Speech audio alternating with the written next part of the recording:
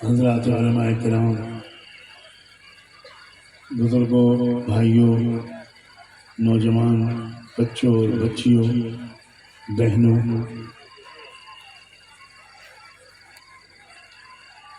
زندگی کا ایک ایک منٹ قیمتی ہوتا ہے۔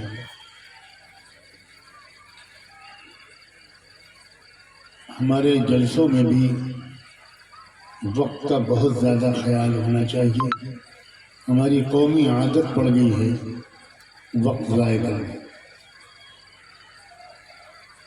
اور اس کی وجہ ہے تربیت کی کمی۔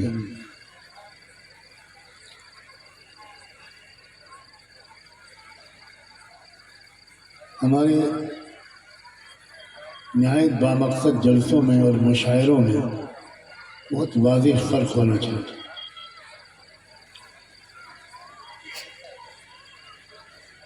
غیر شعوری طور پر ہمارے دینی جلسے اس طرح منعقد نہیں ہوتے جیسے ہونے چاہیے۔ کچھ نہ کچھ قابل اصلاح پہلو رہتے ہیں۔ اللہ کرے کہ ان کی جانب توجہ ہو۔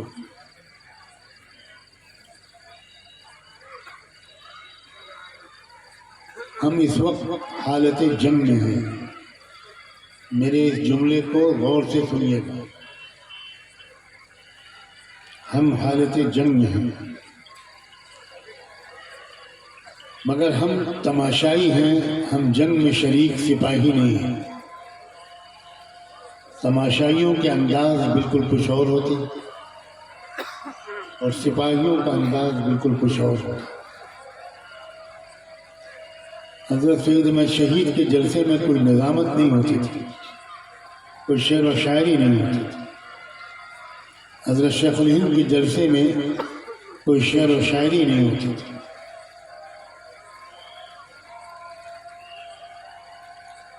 حضرت مجدد الفسانی کی مجلسوں میں کوئی نظامت نہیں ہوتی تھی۔ حضرت شاہ ولی اللہ، حضرت شاہ عبدالعزیز کی مجلسوں میں کوئی نظامت نہیں ہوتی تھی۔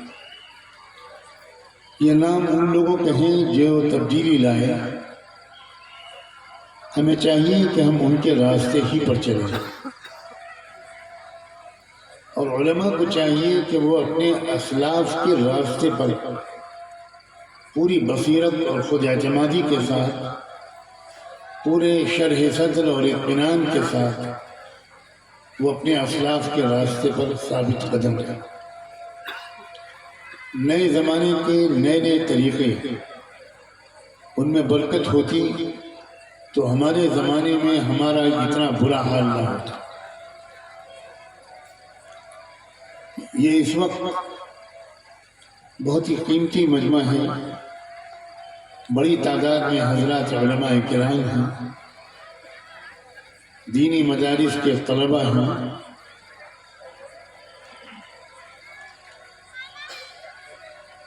مرد حضرات کا ایک مجمع ہے جن میں وہ بھی ہیں جو صاحب اولاد ہیں، وہ بھی نوجوان ہیں جن کے سروں پر ان کے والدین کا سایہ ابھی قائم ہے۔ اللہ لمبی مدت تک قائم رکھے۔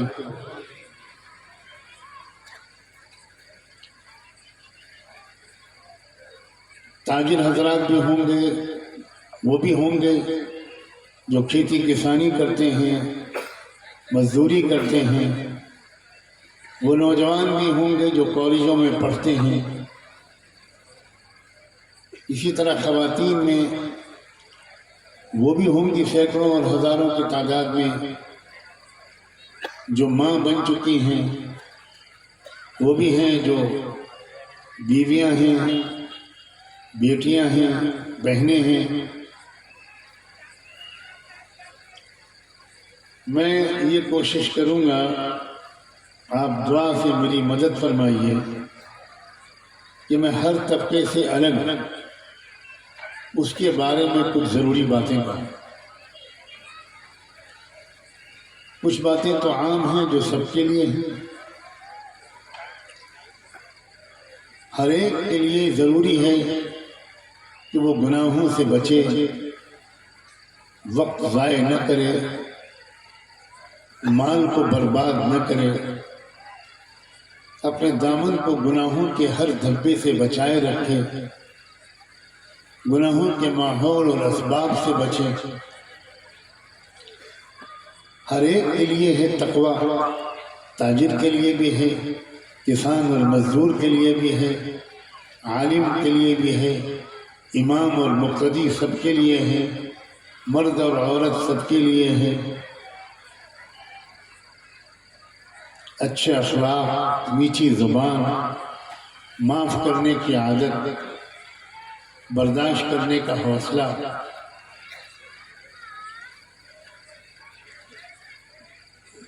جلن، حسد، کینے، نفرت اور عداوت اور دشمنی سے سینے کا صاف رہنا، یہ عالم کے لیے بھی ضروری،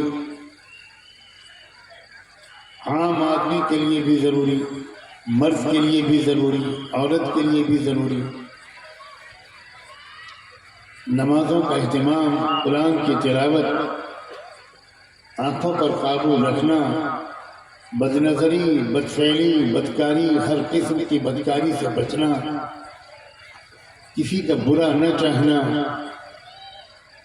لوگوں کے دکھ سکھ میں شریک رہنا، سب کا بھلا چاہنا، سب کی خیر خواہی، یہ بالکل عام ہے، ہر ایک کے لیے ضروری ہے۔ اس کے بغیر کوئی مسلمان نہیں ہو سکتا۔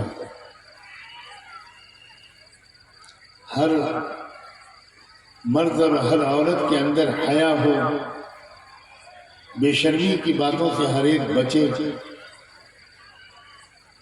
بری صحبتوں سے ہر ایک بچے،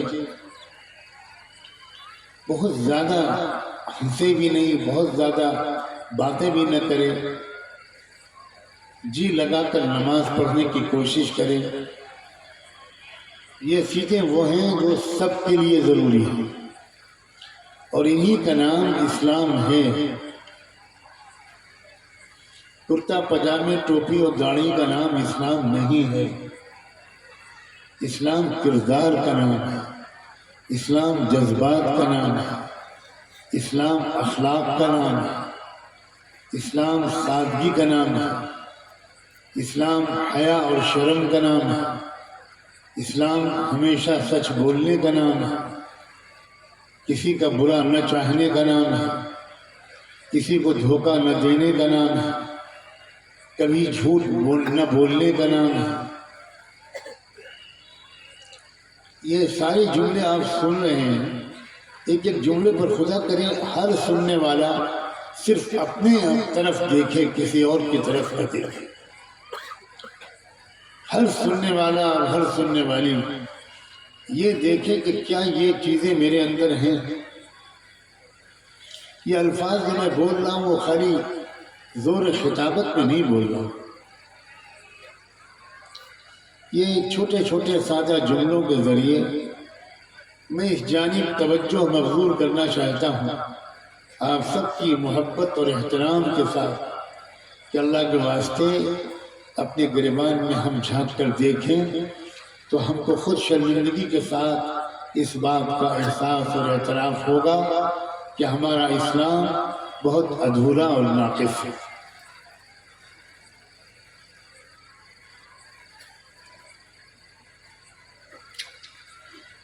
یہ عمومی باتیں کہنے کے بعد ہر طبقے کے خدمت میں کچھ الگ بات کہنے کی کوشش کریں۔ سب سے پہلے وہ لوگ جو صاحب اولاد ہیں، جو باپ بن چکے، جن کی گود میں ان کے بچے اور بچیاں ہیں، ان کی خدمت میں یہ عرض ہے کہ باپ بننے کے بعد اولاد کے سلسلے میں بڑی ذمہ داری ہر باپ پر آ جاتی ہے۔ باپ کی ذمہ داری ہے کہ وہ خود اپنے بچوں کے سامنے پورے اسلام کا عملی نمونہ بن کر سامنے آئے، خالی زبانی نصیحتیں نہ کرے، نمونہ دکھائے بچوں کو۔ بچے دیکھیں کہ میرے ابو کبھی جھوٹ نہیں بولتے، میرے ابو کبھی بھی غصے میں بے قابو نہیں ہوتے. میرے ابو پڑوسیوں کے ساتھ بہت اچھا تعلق رکھتے. میرے ابو رشتہ داروں میں کوئی اگر جھگڑا بھی کرتا ہے تو میرے ابو جھگڑا نہیں کرتے، برداشت کر لیتے. برائی کا جواب برائی سے نہیں دیتے، اچھائی سے دیتے. باپ ہونے کی حیثیت سے آپ کی ذمہ داری ہے کہ آپ یہ چیزیں بچوں کو دکھائیں، خالی نصیحتیں نہ کریں. جو باپ عمل نہیں کرتا، بچوں کو نصیحت کرتا ہے، وہ بچوں کو منافق بنا رہا ہے. وہ بچوں کو سکھا رہا ہے کہ ابو بھی کہتے ہیں، کرتے تو ہیں نہیں، تو ہم بھی کہنے والے بنیں گے، کرنے والے تو بننا نہیں. اکثر باپ لوگوں سے یہ غلطی ہو رہی. میں آپ کے سامنے کوئی اونچی علمی تقریر کرنے کے لیے حاضر نہیں ہوا، مجھے آتا بھی نہیں. بہت معمولی پڑھا لکھا ایک معمولی سا طالب علم، سیدھی سادی زبان میں اپنے عام بزرگوں اور بھائیوں اور نوجوانوں سے اور بہنوں سے ضروری بات کرنے کے لیے حاضر ہوا. اور شکر گزار ہوں کہ مجھے یہاں کے ذمہ داروں نے موقع دیا کہ اتنے بڑے مجمع کو بلا لیا. کتنی ان کو زحمت اٹھانی پڑی ہوگی، ورنہ آپ سب کا حق تو یہ تھا کہ میں آپ میں سے ایک ایک کے گھر جاتا، ایک ایک کی دکان پر حاضر ہوتا، فقیروں کی طرح صدا لگاتا اور آپ سے کہتا کہ 5 منٹ بات کرنے کا موقع دے دیجئے. آپ کہتے کہ 1 گھنٹے کے بعد بات ہوگی، تو میں وہیں دروازے پر بیٹھ جاتا، انتظار کرتا رہتا. جب 1 گھنٹے کے بعد آپ موقع دیتے تو میں آپ سے کچھ ضروری بات کر کے چلا آتا. آپ کا حق تو یہ تھا. آپ معمولی قوم کے فرد نہیں ہیں، آپ سرور کائنات امام الانبیاء رحمت دو عالم صلی اللہ علیہ وآلہ وسلم کی امت. جس طرح وہ خاتم النبیین تھے اسی طرح آپ خاتم الامم ہیں. آپ کے بعد کوئی امت صاحب رسالت صاحب نبوت نہیں آنے والی. آپ سب کا بہت اہم مقام ہے. یہ الگ بات ہے کہ ہم اپنی حیثیت بھول گئے. اس لیے مجھے بہت شکریہ ادا کرنا چاہیے کہ جو حضرات یہ موقع دے دیتے ہیں کہ اتنے لوگ جمع ہیں، اب اپنا سبق سناؤ. باپ کے حیثیت سے اپنی ذمہ داریاں پہچانیے اور ادا کیجیے. خدا کرے میری یہ بات غلط ہو کہ 99% باپ اپنی اولاد کی صحیح تربیت نہیں کر رہے. باپوں کو پیسہ کمانے کے سوا کسی اور چیز کی زیادہ فکر نہیں. صبح سے رات تک وہ کاروبار میں ملازمت میں لگے رہتے ہیں. باپ کا بچوں کا ایک ساتھ میں بیٹھنا بہت کم ہوتا ہے، اور جب ہوتا ہے تو ڈانٹ ڈپٹ کے ذریعے ہوتا ہے، جس سے بچے اور دور بھاگتے ہیں باپ سے. اور جب بچے باپ سے دور بھاگیں گے تو وہ گھر سے باہر جائیں گے، اور گھر سے باہر جائیں گے تو غلط لڑکوں سے دوستیاں کریں گے، اور یہاں سے بگڑنے کا سلسلہ شروع ہو جائے گا. باپ کو خبر بھی نہیں ہوگی کہ اس کے بیٹے کے بگڑنے کا اصل مجرم وہ بیٹا نہیں ہے بلکہ بیٹے کا وہ باپ ہے.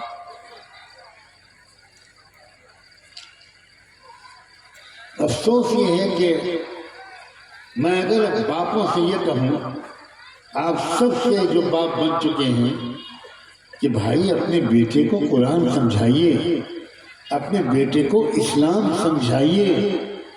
اسلام وہ نہ سمجھے کہ کرتا پاجامہ پہننے کا نام ہے، وہ نہ سمجھے کہ اسلام جمعے کی نماز پڑھنے کا نام ہے، وہ نہ سمجھے کہ اسلام خالی عقیقے اور ولیمے کا نام ہے.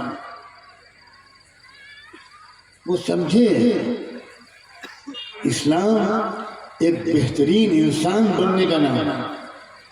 بہترین بیٹا، بہترین بھائی، بہترین بہن، بہترین بیوی، بہترین شوہر، بہترین پڑوسی، بہترین چچا خالو ماموں اور پھوپھا، بہترین تاجر، بہترین کسان.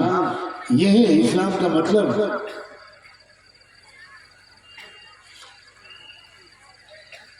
99% نوجوانوں کو ان کے باپ کی طرف سے صحیح اور اچھی تربیت نہیں مل رہی۔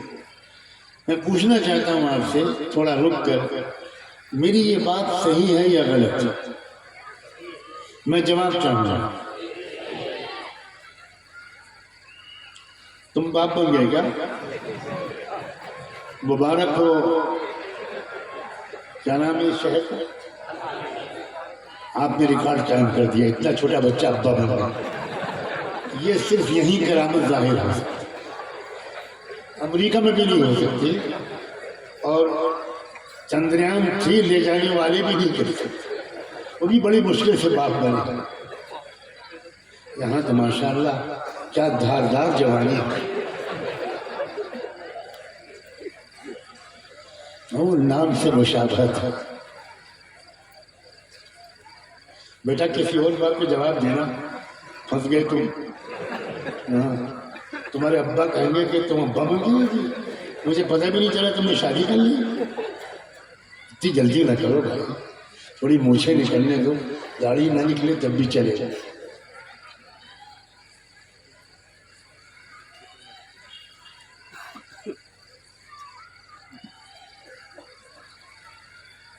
کتنی دکھ کے ساتھ میں یہ بات کہہ رہا ہوں، کاش کہ آپ سمجھ سکتے۔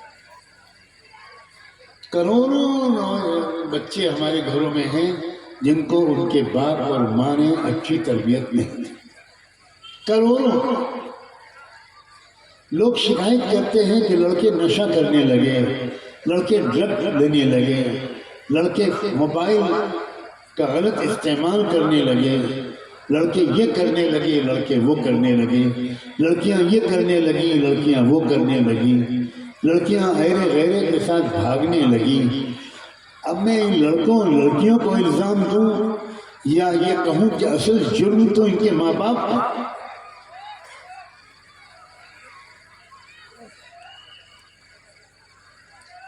اس لیے میں بات کو پھیلائے بغیر آپ سے یہ کہوں گا کہ خدا کے واسطے باپ کی جو ذمہ داریاں ہیں ان کو ادا کیجیے۔ کہیے انشاءاللہ۔ آپ سمجھیے کہ آپ کی ذمہ داری ہے کہ آپ کا بچہ سچا انسان بنے، کبھی جھوٹ نہ بولے، کبھی اس کی زبان پر کوئی گالی نہ آئے۔ یہ آپ کی ذمہ داری ہے، اور آپ اگر بچے کو پیار محبت سے سمجھائیں گے تو بچے مان جاتے ہیں۔ محبت کی زبان میں بڑا اثر ہے۔ آپ صرف ڈانٹ ڈپٹ کریں، فجر کی نماز میں ڈانٹ کر تھپڑ مار کے اٹھا دیں، یہ تربیت نہیں ہے۔ اسلام کو خود سمجھیے اور اپنے بچوں کو سمجھائیے۔ میں آپ سے یہ پہلے نہیں کہہ رہا ہوں کہ آپ بچوں کو اسلام سمجھائیے، اس لیے کہ مجھے ڈر ہے کہ آپ خود ہی اسلام کو نہیں سمجھتے تو آپ کیا سمجھائیں گے؟ کیا آپ کو پتہ ہے اسلام کسے کہتے ہیں؟ اللہ کے رسول نے فرمایا جس کی زبان اور ہاتھوں سے کسی کو تکلیف پہنچے وہ مسلمان نہیں۔ آپ نے فرمایا کہ جو خود تو کھا لے اس کا پڑوسی بھوکا سو جائے وہ ایمان والا نہیں ہے۔ آپ نے فرمایا جس سے لوگ دوستی اس لیے رکھیں کہ یہ علاقے کا دادا ہے، اس سے دوستی رکھو تبھی ٹھیک ہے، وہ شخص اسلام بھی نہیں ہے۔ جس کے شر سے بچنے کے لیے لوگ اس سے تعلق رکھیں وہ مسلمان نہیں ہے۔ آپ نے فرمایا جو دھوکہ دے، کوئی گھٹیا درجے کی چیز پیش دے اور بڑھیا چیز کی قیمت لے لے وہ مسلمان نہیں ہے، اس کا ہم سے کوئی تعلق نہیں۔ آپ بتائیے کتنے مسلمان ہیں آپ جو کہہ سکتے ہیں کہ میں کبھی کسی کو دھوکہ نہیں دیتا، میں کبھی کوئی گھٹیا مال بڑھیا کی قیمت لے کر نہیں بیچتا، میں ہمیشہ دوسروں کا فائدہ دیکھتا ہوں، بھلے میرا نقصان ہو جائے لیکن میں دوسرے کا نقصان نہیں دیکھ سکتا۔ اگر آپ دوسروں کا نقصان دیکھ رہے ہیں تو اس کا مطلب یہ ہے کہ آپ پورے مسلمان نہیں ہیں۔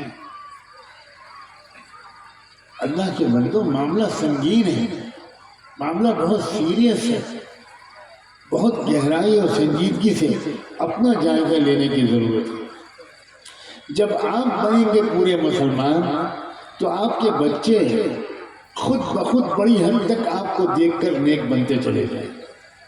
بہت کم ایسا ہوتا ہے کہ باپ واقعی مسلمان ہو اور وہ سمجھانے کا سلیقہ بھی جانتا ہو، بچوں کے لیے دعا بھی کرتا ہو، پیار سے سمجھاتا بھی ہو، پھر بھی بچے نہ مانیں، ایسا بہت کم ہوتا ہے۔ کبھی کبھی ہو سکتا ہے لیکن بہت کم ہوتا ہے۔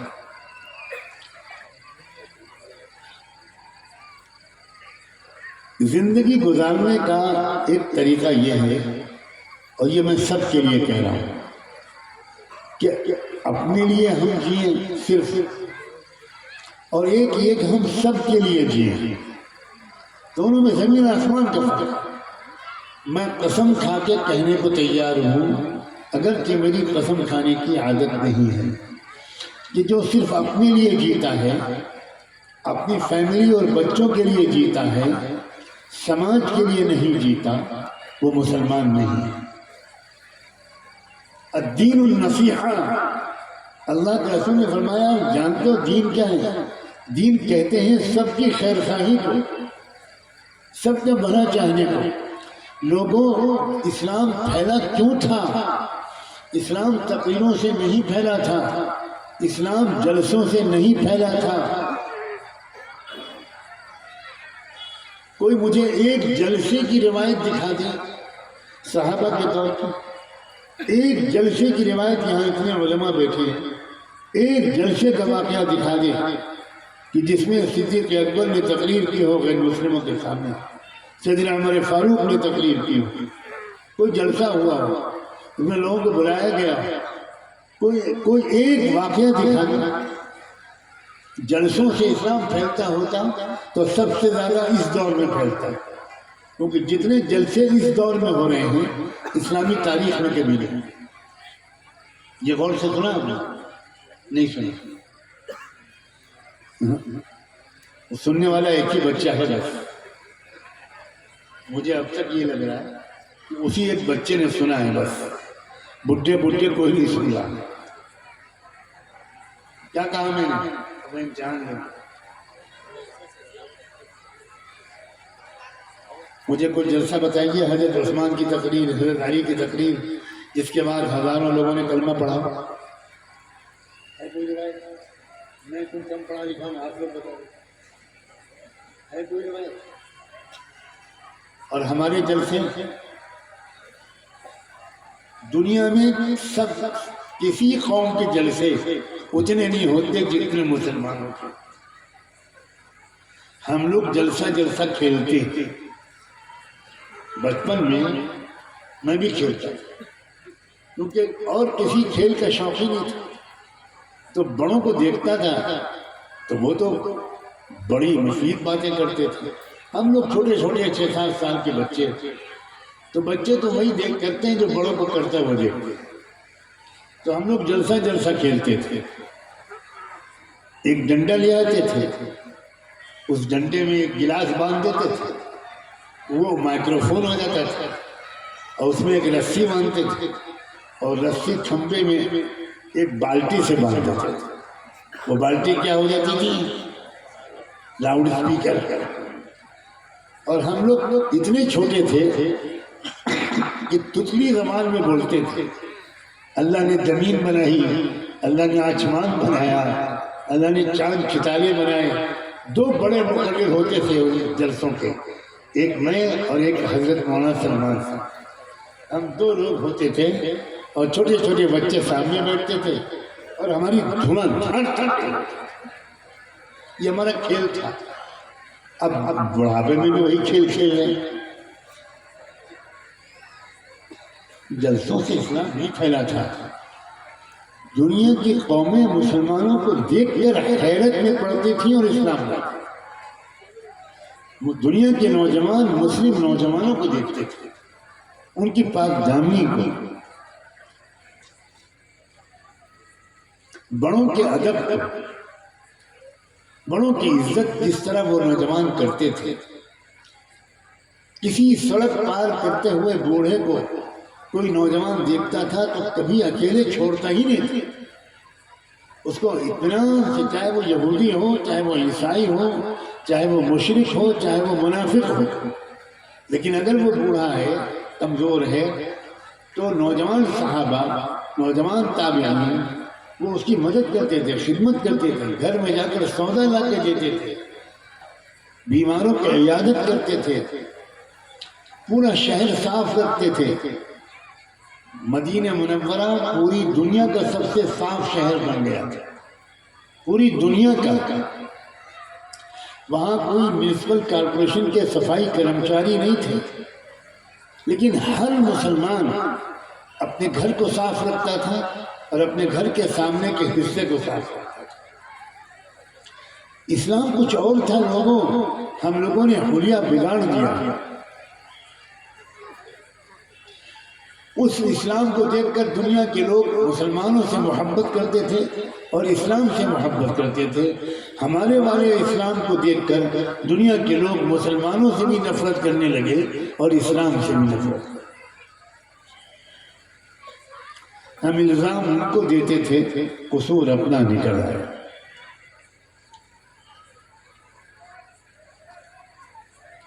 دنیا کی قوموں کی عورتیں ہماری عورتوں کو دیکھتی تھی، ساس اور بہو کے تعلقات دیکھتی تھی تو وہ حیرت زدہ رہ جاتی تھی۔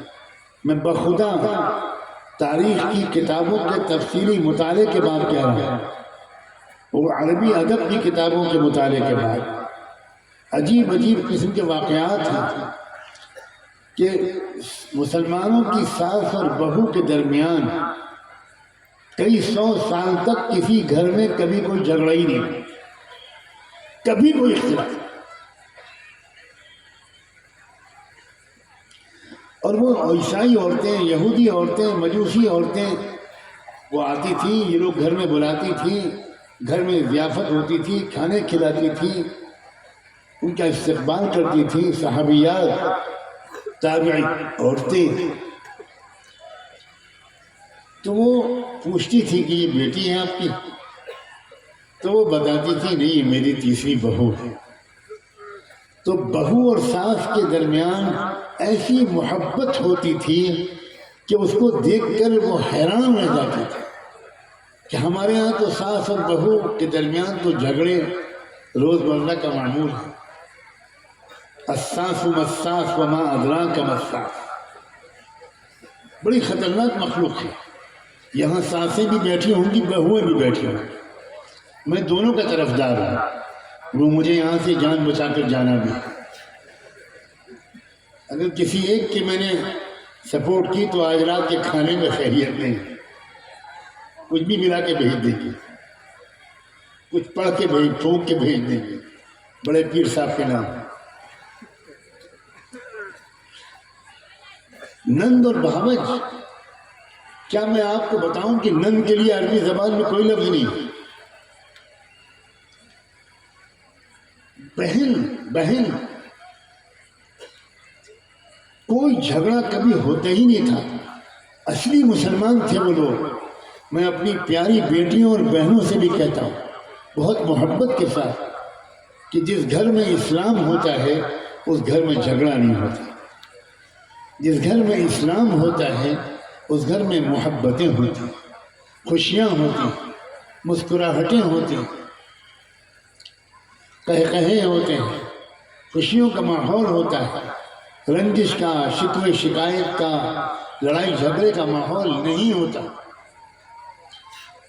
اس بات کی کوشش ہم سب کو کرنی ہے، مردوں کو بھی اور عورتوں کو بھی، نوجوان لڑکوں کو بھی اور لڑکیوں کو بھی، کہ بھائی جو کمی ہمارے اسلام کے اندر ہے ہم لوگ جلدی سے جلدی اس کمی کو اپنے اندر پورا کرنے کی کوشش کریں، اس کمی کو دور کرنے کی کوشش کریں۔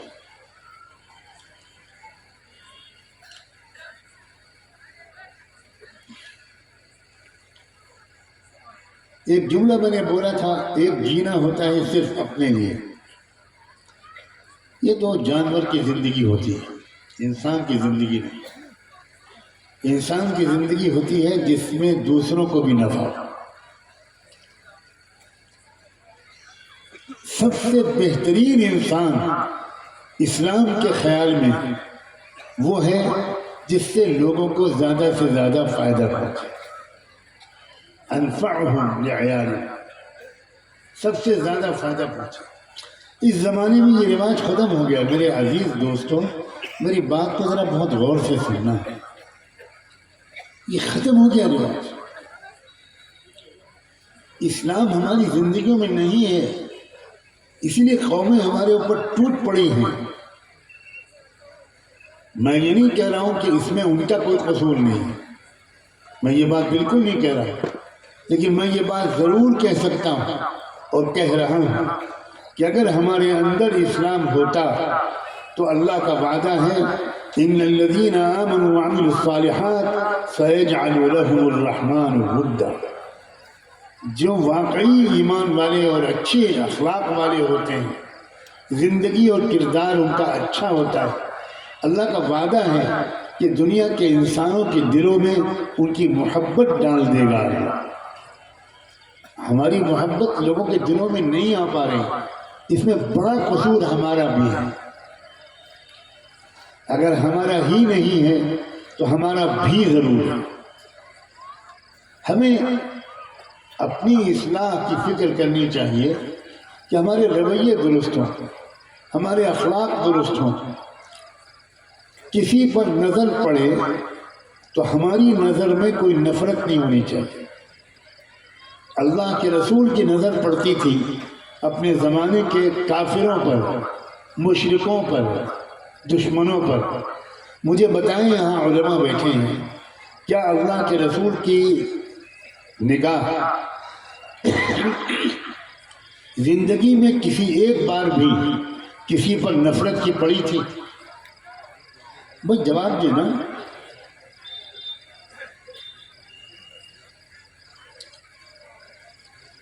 آپ کی نگاہ تو محبت ہی کی پڑتی تھی، اسی لیے اللہ نے فرمایا وما ارسلناک الا رحمت، یہ نہیں کہا یا ہادیا للعالمین، ہدایتا للعالمین، بلکہ فرمایا رحمتا للعالمین۔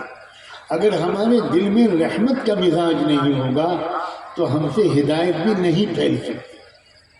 ہم اللہ کے بندوں کو ان کے اپنی سچائی، کھوئی ہوئی سچائی کی طرف واپس نہیں لا سکتے۔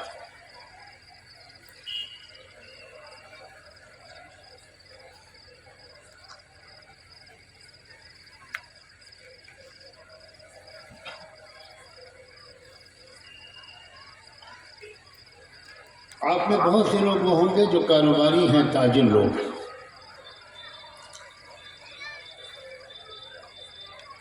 اب ایمان والے تاجر کی ایک پہچان ہوا کرتی تھی کہ ایمان والا تاجر کبھی دھوکہ نہیں دے سکتا، کبھی وہ اپنے کسٹمر گاہک کو کا برا نہیں چاہ سکتا۔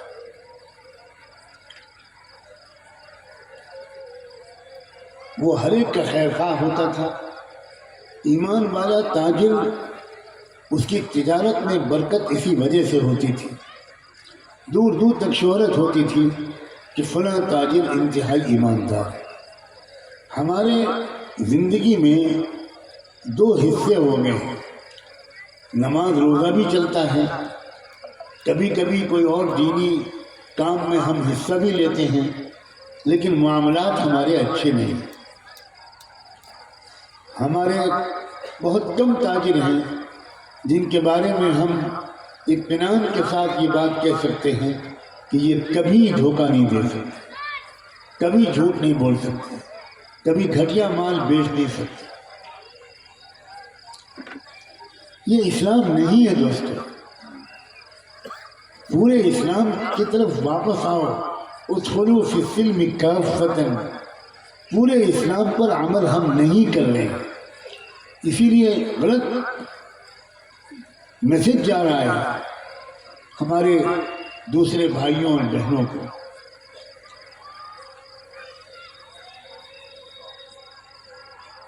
بڑی تعداد میں یہاں علماء موجود ہیں، میں علماء سے عرض کرتا ہوں بہت ادب اور احترام کے ساتھ، بہت عاجزی کے ساتھ،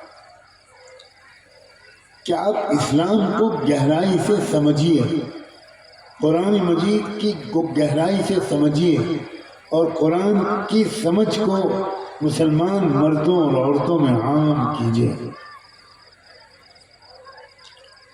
ہر جمعے کو چھپے ہوئے خطبات پڑھ کر بیان کر دینے سے عوام کی صحیح تربیت نہیں ہوتی۔ جو وقت پر سوالات ابھر رہے ہیں، جو چیلنجز آ رہے ہیں، ان چیلنجز کے مقابلے کے لیے امت کے عوام کو، مردوں کو، عورتوں کو، نوجوانوں کو تیار کرنا یہ علماء کی ذمہ داری ہے۔ علماء کو ایک طرف اسلام کی گہری سمجھ ہونی چاہیے، دوسری طرف زمانے کے حالات کی بھی گہری سمجھ ہونی چاہیے۔ ایک سوال مجھ سے کیا گیا تھا عصر کے بعد، اور میں نے اس وقت یہ کہا تھا کہ اگر میں دے سکا تو اس کا جواب مغرب کے بعد اس عام مجمع میں دوں گا۔ دیکھیے حضرات علماء، ہم نہ اسلام کو سمجھے ہیں، نہ اپنے ملک کے سماجیات کو سمجھیں، اپنے ملک کی پوری سماجی حقیقت کو ہم سمجھے ہوئے نہیں ہیں۔ یہ بہت ہی اہم بات ہے۔ ہم یہ سمجھتے ہیں کہ ہمارے ملک میں دو بڑی قومیں رہتی ہیں، ایک ہندو، ایک مسلمان، اور انہی کے درمیان کھینچا تانی چلتی رہتی ہے، اور اسی چولہے پر سیاسی لوگ اپنی روٹیاں سیکتے ہیں۔ یہ اتنی بنیادی غلطی ہے، یہیں سے غلطیوں کا ایک ہمالیہ پہاڑ کھڑا ہو گیا۔ ہمارے ملک میں دو قومیں نہیں رہتی، ہمارے ملک میں 6500 قومیں رہتی۔ اس کو سمجھیے، ہم جو شخص مسلمان نہیں ہے اس کو ہندو سمجھتے ہیں، یہ بات صحیح نہیں ہے۔ اس ملک میں ایک زبردست کشمکش ان قوموں کے درمیان ہے جو مسلمان نہیں ہیں، اونچی ذات کے ہیں، برہمن ہیں، ٹھاکر ہیں، بنیا ہیں، او بی سی ہیں، شیڈول کاسٹ کے لوگ ہیں، دلت ہیں، پسماندہ اقوام ہیں، لنگایت ہیں، بدھسٹ ہیں، جینی ہیں، ان کے درمیان آپس میں بہت کشمکش۔ لیکن ہم چونکہ جانتے نہیں اپنے ملک کو، نہ ہم اپنے دین کو سمجھے ہوئے ہیں، نہ اپنے اس پیارے وطن کو سمجھے ہوئے ہیں، اس کی وجہ سے ہم سے سنگین غلطیاں ہو رہی ہیں۔ آپ غور کیجئے کہ رحمت دو عالم صلی اللہ علیہ وآلہ وسلم جب مدینہ منورہ پہنچے اور آپ کو تھوڑی آزادی کے ساتھ قبیلوں کے لیڈروں سے بات چیت کرنے کا موقع ملا، تو آپ نے کیا کیا؟ مدینہ کے اندر سب سے زیادہ مضبوط آبادی یہودیوں کی تھی، اور ان کے 5 الگ الگ قبیلے تھے۔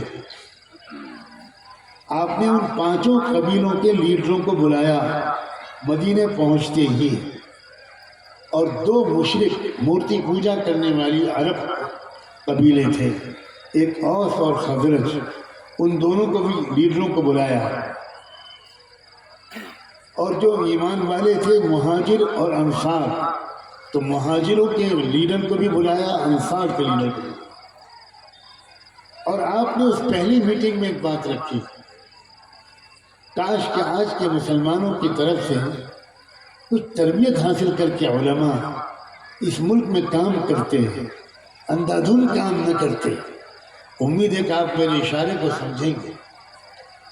تو آپ نے کیا کیا؟ اللہ کے رسول نے اس میٹنگ میں اتنی خوبصورت بات کی، آپ نے صرف یہ کہا کہ میں اب یہ سمجھتا ہوں کہ شاید اللہ نے مجھے اب مکے سے بھیج کر مدینے میں رہنا میری قسمت میں لکھ دیا ہے، تو میں نے آپ سب کو اس لیے بلایا ہے کہ کیا کوئی ایسی شکل ہو سکتی ہے کہ ہم لوگ آپس میں کسی فارمولے پر متفق ہو جائیں اور مدینے کے اندر آپس کی جنگ ختم ہو جائے۔ پتہ نہیں علماء غور سے سن رہے ہیں، مدینے کے اندر کی لڑائی ختم ہو جائے. یہ جو آپس میں لڑ رہے ہیں مدینے کے لوگ، یہ بند ہو جائے.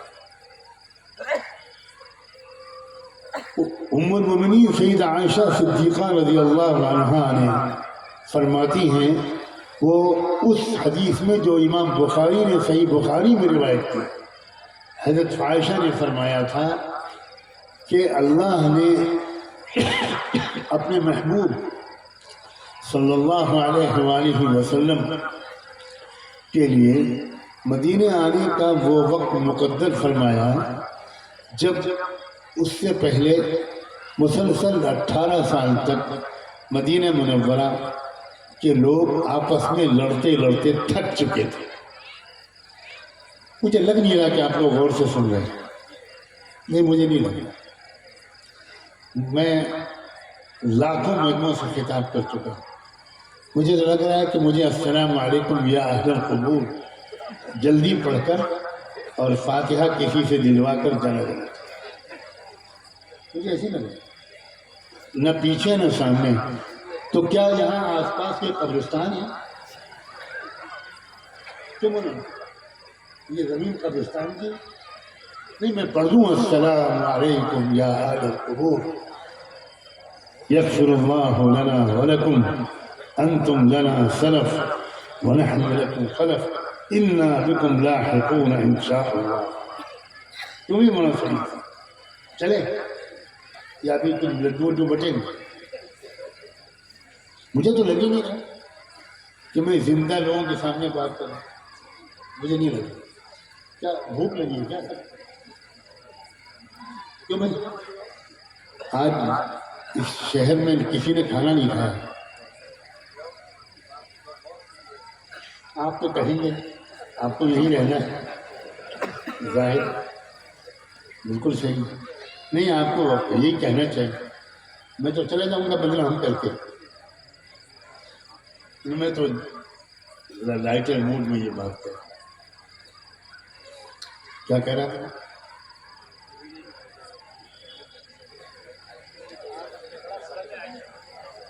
حضرت عائشہ نے فرمایا کہ 18 سال سے مدینہ لڑ رہا تھا اور تھک چکے تھے مدینے کے لوگ، اور وہ انتظار کر رہے تھے کہ یا اللہ کوئی شکل نکلے کہ ہمارے درمیان آپس میں سمجھوتا ہو، ہم آپس میں لڑائی بند کر دیں. غور سے سننا میں کیا کہہ رہا ہوں. تو جیسے ہی اللہ کے رسول نے یہ بات فرمائی، سب سے پہلے ایک یہودی لیڈر کھڑے ہو، اور اس یہودی لیڈر نے کھڑے ہو کر یہ کہا کہ محمد آپ کی بات بالکل صحیح ہے، ہم لوگ بری طرح خانہ جنگی کا شکار ہیں اور آپس میں کئی بار ہم لوگ فارمولے بنا چکے. تھوڑی دن کے بعد وہ فارمولہ ٹوٹ جاتا ہے اور آپس کی لڑائی پھر شروع ہو جاتی ہے. محمد آپ باہر سے آئے ہیں، وَلَمْ نَسْمَعْ عَنْكَ عَيْبًا قَطْ، اور ہم نے آپ کے بارے میں کوئی بری بات ابھی تک نہیں سنی. اس لیے آپ ہی اگر ہمارے بڑے بن جائیں اور ہم لوگ آپس کے جھگڑوں کو آپ کے پاس لے آئیں اور آپ جو فیصلہ کر دیں وہ ہم لوگ مان لیں، تو میری طرف سے اس یہودی لیڈر نے کہا تجویز یہ ہے کہ آپ ہماری لیڈرشپ قبول کر لیں اور ہم آپ کو اپنا لیڈر مانیں. معجزہ ہے کہ نہیں رسول اللہ؟ ان کے اخلاق کا اثر، ان کی محبت، ان کی نگاہوں سے جو محبت کی شعائیں اس وقت نکل رہی ہوں گی، وہ سب کے دل پر جادو کر رہی. اس کے بعد دوسرا یہودی لیڈر کھڑا ہوا، اس نے کہا میں اپنے ساتھی کی بات کی پوری تائید کرتا ہوں. تیسرا کھڑا ہوا، چوتھا کھڑا ہوا، پانچواں کھڑا ہوا. پانچوں لیڈروں نے یہ کہا کہ محمد آپ کو ہم بڑا مان لیں، رسول تو نہیں مانیں گے ہم، لیکن آپ ہمارے پنچ بن جائیے، ہمارے حکم بن جائیے، ہمارے مکھیا بن جائیے، ہمارے جھگڑوں میں آپ جو فیصلہ کر دیں گے وہ ہم کو اطمینان ہے کہ ایمانداری پر ہوگا اور ہم اسے مان لیں. مہاجرین و انصار تو غلامان مصطفیٰ بن ہی چکے تھے. انہوں نے بھی کہا کہ اللہ کے رسول ہم تو آپ کو دنیا سے آخرت تک اپنا امام مان چکے ہیں۔ سنتے ہی سنو اللہ کے بندوں، اور خاص طور پر علماء، ہمیں کیا کرنا چاہیے اور ہم کیا کر رہے ہیں۔ میں احترام کے ساتھ کچھ اشارے کر رہا ہوں۔ اللہ کے رسول نے فوراً فرمایا قلم کاغذ نکالو، اور آپ نے ایک معاہدہ ڈکٹیٹ کروانا شروع کیا، لکھوانا شروع کیا۔ وہ نبی امی جو اپنا نام بھی نہیں لکھ سکتے تھے، انہوں نے ایک لمبا معاہدہ ڈکٹیٹ کروانا شروع کیا، اس کو میثاق مدینہ کہتے ہیں۔ اس میں 54 دفعات، پوری دنیا کی مہذب قوموں کا پہلا تحریری معاہدہ برائے پرامن بقائے باہمی، آج کی اصطلاح ہے۔ مجھے شکایت ہے اپنے علماء سے، گستاخی معاف، ہم لوگ اللہ جانے قلتین اور بیر بضاع اور رفع دین سے کب نکلیں گے۔ پہلے ہم قلتین میں جاتے ہیں، قلتین میں جب غسل کر لیتے ہیں، وضو کا پانی کم پڑتا ہے تو بیر بضاع میں سے، بیر بضاع سے نکلتے ہیں تو رفع دین شروع کرتے ہیں۔ کب تک ہمارے مدرسوں میں یہی ہوتا رہے گا بھائی؟ آمین بالجہر، قرأت فاتحہ خلف الامام۔ ہم قوموں کی قیادت کے آداب بخاری و مسلم میں کب پڑھیں گے؟ ہم ملک کے بدامنی کو ختم کرنے کا طریقہ ابن ماجہ اور نسائی میں کب پڑھیں گے؟ ہم کب قوموں کے درمیان صلح سمجھوتہ کرانے کا فن کتاب الحدود میں، جنایات میں، ابواب السلم میں کب پڑھیں گے؟ کب ہم سیرت میں صلح حدیبیہ کے اشارات پڑھیں گے؟ کب؟ علماء کی بڑی بھاری ذمہ داری ہے۔ اگر صرف علماء بیٹھے ہوتے تو میں زیادہ کھل کر بات کرتا۔ میں نصاب تعلیم کی تبدیلی کا قائل نہیں ہوں، لیکن طرز تدریس کے تبدیلی کو فرض عین سمجھتا۔ طرز تدریس بدلا جانا چاہیے۔ اس وقت مقابلہ شافعی اور حنفی فقہ کا نہیں ہے، اس وقت مقابلہ کفر و اسلام کا ہے، ظلم و انصاف کا ہے۔ کیوں نہیں ہمارے علماء جب کتاب الطہارت پڑھانا شروع کرتے تو کیوں نہیں وہ شروع میں ایک ایسی تقریر کرتے جس سے پتہ چلتا کہ طہارت کا تصور دنیا کی کسی قوم کے پاس نہیں ہے، یہ تصور ملت ابراہیمی اور شریعت محمدی کے سوا دنیا میں کسی قوم کے پاس نہیں، کسی تہذیب کے پاس نہیں۔ ہم کتاب الطہارت شروع ہوتے ہی چوہا اگر کنویں میں گر جائے اس کے مسائل شروع کر دیتے، ہم حیض نفاس میں پھنس جاتے ہیں۔ یہ مسائل یقیناً پڑھائے جانے کے ہیں، لیکن آج کے نوجوان طالب علم کو دلچسپی نہیں ہو رہی ہے۔ سن لیجیے اچھی طرح، اگر اساتذہ یہاں موجود ہیں تو وہ ان کو سوال کا جواب میں دے رہا ہوں۔ آج کے طلبہ میں وہ نشاط ہدایہ کے درس میں، شرع وقایہ اور نقایہ کے درس میں کیوں نہیں پیدا ہوتا جو فزکس، کیمسٹری اور بایولوجی کے درس میں طلبہ کو ہوتا ہے اور طالبات کو ہوتا ہے؟ کیوں وہ لڑکے اتنے غور سے اس درس کو نہیں سنتے؟ اس لیے کہ ان کو لگتا ہے کہ ریلیونٹ نہیں ہے، یعنی ہمارے زمانے سے اس کا کوئی تعلق نہیں ہے، ان کو دلچسپی نہیں پیدا ہوتی۔ لیکن جب آپ کتاب الطہارت پڑھاتے وقت، آپ کتاب البیوع پڑھاتے وقت جب آپ بتائیں گے اسلامک فائنینس ٹرانزیکشنز کیسے ہوتے ہیں، اسلام میں خرید و فروخت کیسے ہوتی ہے، اسلام میں کرایہ داری کے کیا احکام ہیں، اسلام میں بیع سلم کا کیا مسئلہ ہے، اسلام میں انشورنس کے احکام کیا ہیں اور کیوں ہیں، اب پڑھو کتاب البیوع تو کسی طالب علم کو نیند نہیں آ سکتی، کسی طالب علم کی آنکھیں بھی نہیں جھپکیں گی، اور پوری بیداری اور شوق کے ساتھ وہ کتاب البیوع پڑھے گا، اس لیے کہ وہ سمجھے گا کہ میں کتاب البیوع پڑھ کر اپنے زمانے کے بازار کو کنٹرول کروں گا، اپنے زمانے کے معاشی نظام کی میں رہنمائی کروں گا۔ آج تو اس طالب علم کا حال یہ ہے، اسے اپنے مستقبل کے بارے میں شبہ ہے، میں پڑھنے کے بعد کروں گا کیا؟ وہی 2 رکعت کی امامت، اس میں کیا کام چلے گا؟ یہ قصور ہے ہمارے طرز تدریس کا، ورنہ یہی نصاب، یہی فقہ اور حدیث کی کتابیں، یہی کتاب اللہ پوری دنیا کی قیادت کی ہمارے اندر صلاحیت پیدا کرتی ہیں، مگر ہم ہیں کہ ہم نے ان تمام چیزوں سے وہ فائدہ لینا چھوڑ دیا۔ اور اس کی کیا وجہ ہے؟ اس کی بھی وجہ وہ یہ کہ علماء کے اندر یہ فکر نہیں پیدا ہوتی کہ بھائی اس زمانے میں ہم کہاں جائیں، کس کے ذریعے قرآن کو ایک رہنمائی کی زندہ کتاب کی حیثیت سے سمجھیں، کیونکہ عام مسلمانوں کو تو شکوہ ہی کیا، وہ تو قرآن ٹھیک سے پڑھ بھی نہیں سکتے۔ علماء بھی قرآن مجید کو زندہ رہنمائی کی کتاب کی حیثیت سے سمجھتے ہیں، مجھے اس میں شک ہے۔ کیا خیال ہے؟ ہم جو قرآن پڑھتے ہیں مدرسے میں، ہمیں بتایا جاتا ہے کہ یہ آیت یہودیوں کے بارے میں ہے، یہ عیسائیوں کے بارے میں ہے، یہ مشرکین کے بارے میں ہے، یہ منافقین کے بارے میں ہے، یہ مہاجرین کے بارے میں ہے، یہ انصار کے بارے میں آئی، یہ خیبر میں آئی، یہ تبوک میں آئی، یہ بدر میں آئی، یہ احد میں آئی۔ پھر ہم پوچھتے ہیں اپنے استاد سے ہمارے لیے قرآن میں کیا ہے، تو ہمیں جواب ملتا ہے کلوا واشربوا۔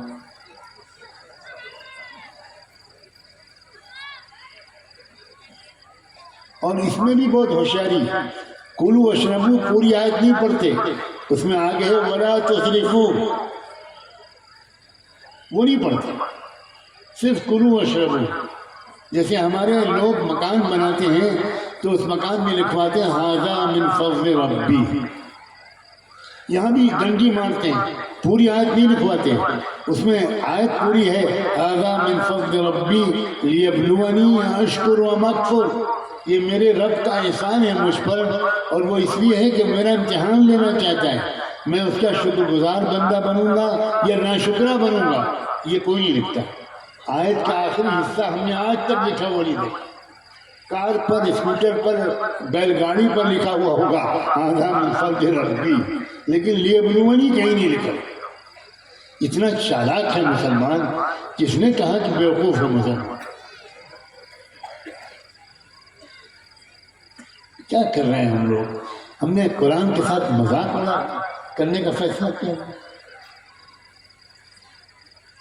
خدا کے بندو واپس آؤ اسلام کی طرف۔ اسلام ہم کو ایک بات سکھاتا ہے کہ تم صرف اپنی فکر نہ کرو، اپنی فکر بھی کرو، اپنی فیملی کی فکر کرو، اپنے ماں باپ اور بچوں اور بیوی کی فکر کرو، پھر دوسرے رشتہ داروں کی فکر کرو، پڑوسیوں کی فکر کرو، اپنے محلے کی فکر کرو، جہاں رہتے ہو وہاں کی فکر کرو، یہاں تک کہ سب مل کر اپنے ملک کی فکر کرو، اپنے وطن کی فکر کرو۔ ملک صحیح رخ پر جائے، اس کی خواہش اور کوشش کرنا ہم سب پر فرض ہے۔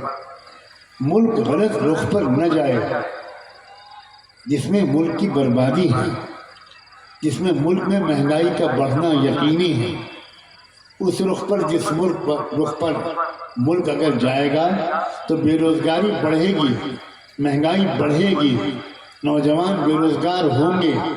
مسلمان اور ہندو کا مسئلہ نہیں ہے، وطن کی فکر کرنا یہ ہر مسلمان کے ذمے ہے کہ جیسے ہم اس ملک میں رہتے ہیں تو یہ ہمارے ذمے ہے کہ ہم ترقی، اس ملک کی ترقی کی فکر کریں۔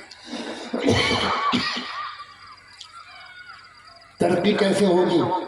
ملک میں اگر امن ہوگا، شانتی ہوگی، تبھی تو ترقی ہوگی، ورنہ ادھر کمائی ہوگی اور ادھر 25 دکانیں جلا دی جائیں گی تو بتاؤ ترقی ہو پائے گی؟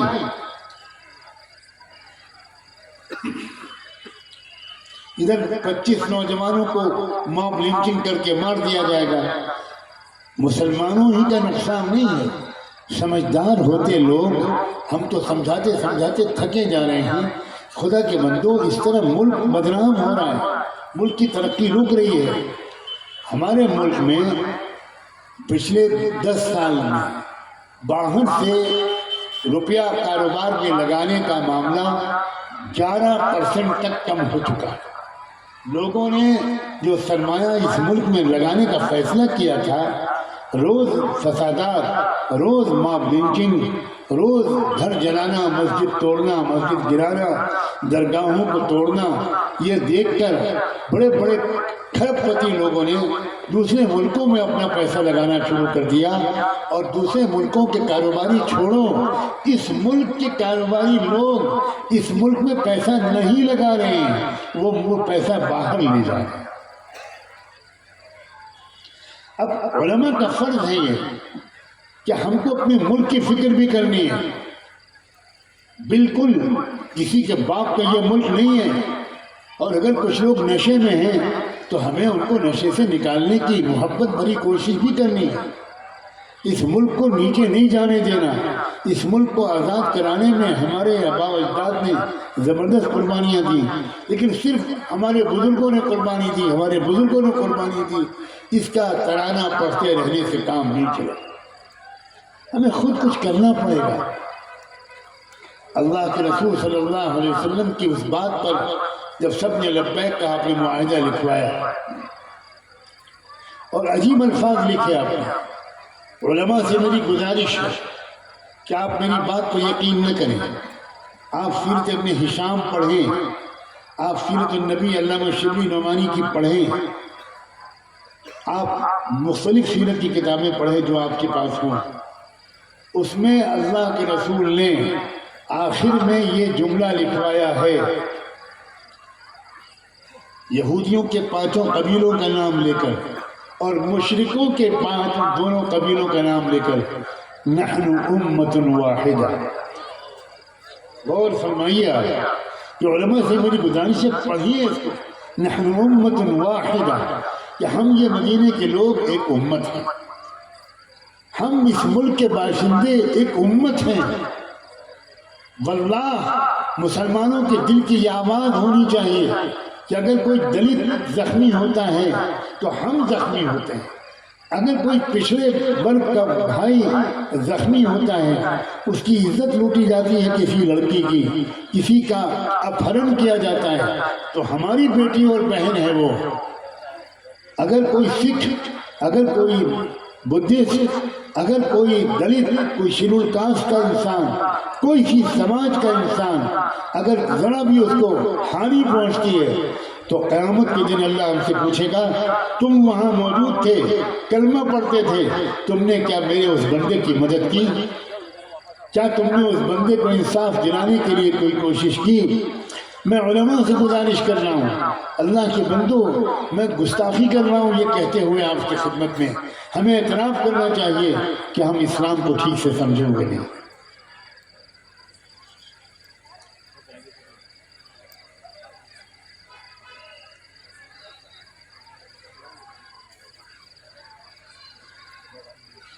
اتنی بڑی تعداد میں 25 کروڑ کے قریب مسلمان اس ملک میں موجود ہیں، اور اس کے باوجود دنیا میں وہ ممالک جہاں بھوک سے مرتے ہیں لوگ،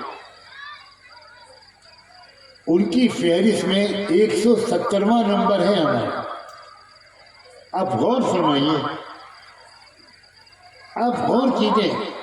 ایک طریقہ یہ ہے کہ میں بی جے پی اور RSS اور حکومت کے خلاف بولوں تو آپ بہت تالیاں بجائیں گے. میں وہ بھی کر سکتا ہوں اور کرتا ہوں موقع پر. میں اپنی عادت سے مجبور نہیں ہوں. جس موقع پر جو بات کی جانی چاہیے وہ وہاں پورے ڈنکے کی چوٹ پر اپنی نیک نیتی اور اللہ کی مدد پر اعتماد کرتے ہوئے کہتا ہوں. یہاں میں کسی دوسرے کو سرواتیں سنانے کے لیے نہیں آیا ہوں اور آپ کی داد اور تالیوں کے لیے نہیں آیا ہوں. میں یہ بتانے کے لیے آیا ہوں کہ اس ملک کو سنوارنے کا کام آپ کر سکتے تھے، لیکن ہم نے اور آپ نے سنوارنے کے بجائے بھیک کا پیالہ یا احتجاج کا ڈنڈا اپنے ہاتھ میں لے رکھا.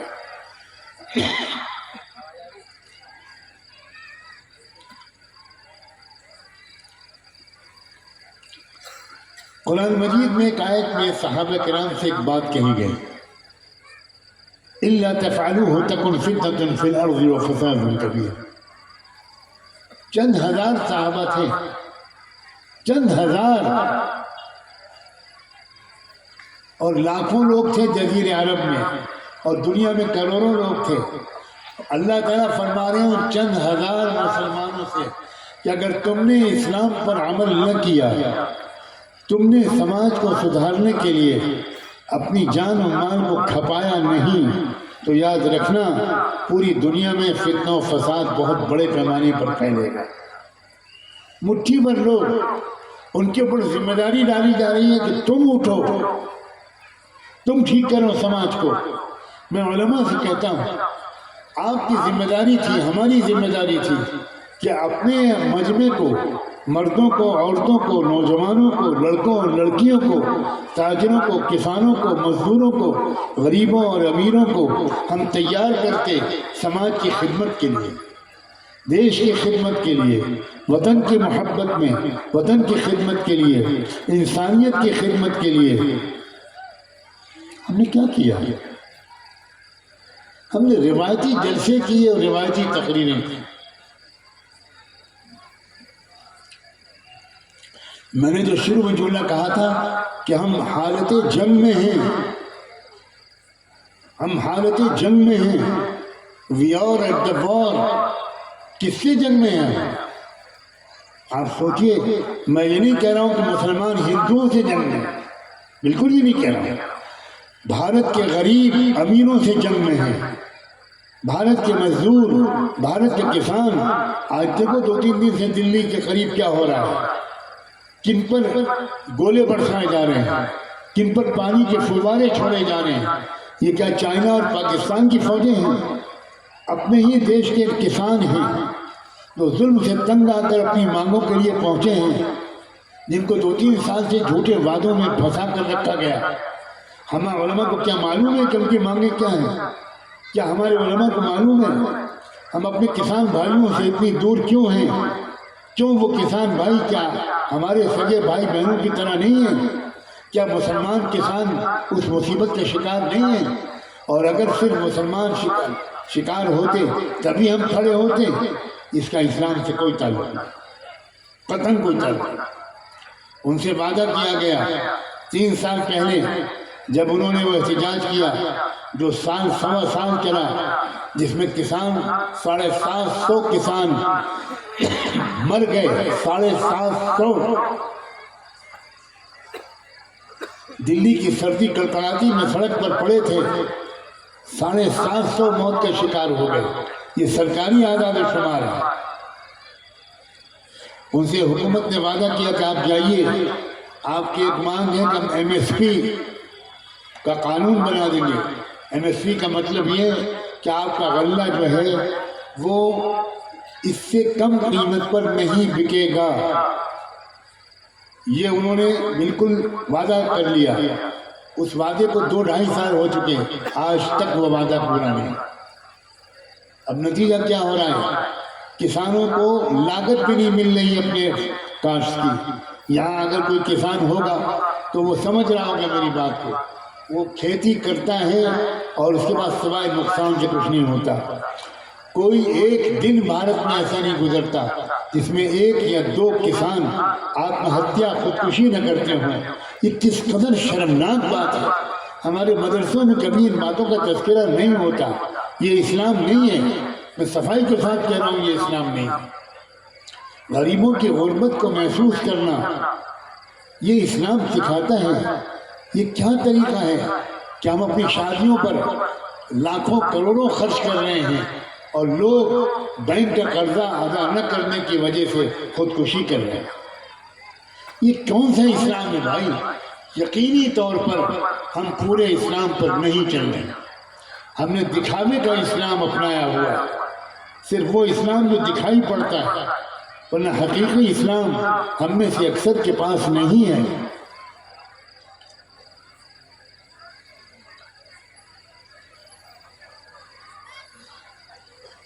ہم بالکل ناتعلق ہو گئے ہیں۔ میں یہ باتیں خاص طور پر علماء سے کہہ رہا ہوں، کیونکہ یہاں میری بیماری کی وجہ سے ایک ہی مجلس رکھی گئی۔ اللہ جزائے خیر دے مولانا کو، الگ الگ علماء کی اور عوام کی مجلسیں نہیں ہو سکی۔ علماء سے میری گزارش ہے، خدا کے لیے کسی تربیت گاہ میں کچھ وقت گزاریے۔ اس زمانے کے نوجوان علماء کی سب سے بڑی مصیبت یہ ہے کہ وہ مدرسے سے فارغ ہونے کے بعد فوراً مدرسے میں، مسجد میں لگ جاتے ہیں اور کہیں تربیت نہیں پاتے۔ یہ بہت بڑی کمی ہے۔ ہمارے بڑوں میں یہ رواج بالکل نہیں تھا۔ اچھے خاصا وقت وہ گزارتے تھے کسی اللہ کے بندے کے پاس، کسی اللہ والے کے پاس، کسی سماج کی سیوا کرنے والے کے پاس۔ اس کے پاس رہتے تھے، اس کی نمازیں، اس کی دعائیں، اس کے اخلاق، اس کی تواضع، انسانیت کی محبت، یہ سب کچھ دیکھ کر سیکھتے تھے۔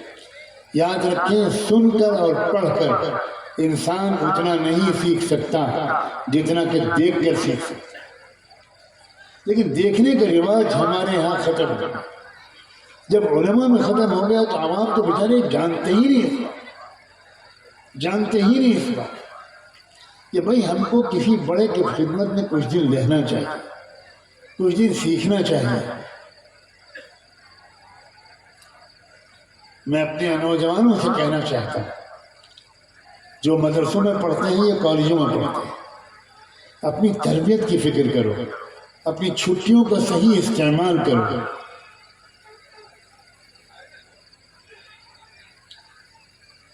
کاش کہ میں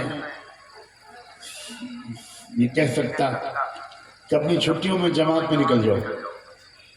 اب میں جب یہ کہوں گا تو مجھ سے پوچھیں گے لوگ کہ کون سی جماعت، شورا والی یا مرکز والی؟ انا للہ و انا الیہ۔ جو کام امت کو جوڑنے کے لیے چلا تھا اب وہی کام امت کے توڑنے کا ذریعہ بنا۔ گندے برتن میں چاہے صاف شفاف دودھ ڈالو، وہ صاف دودھ برتن کو صاف نہیں کر پائے گا، خود گندا ہو جائے گا۔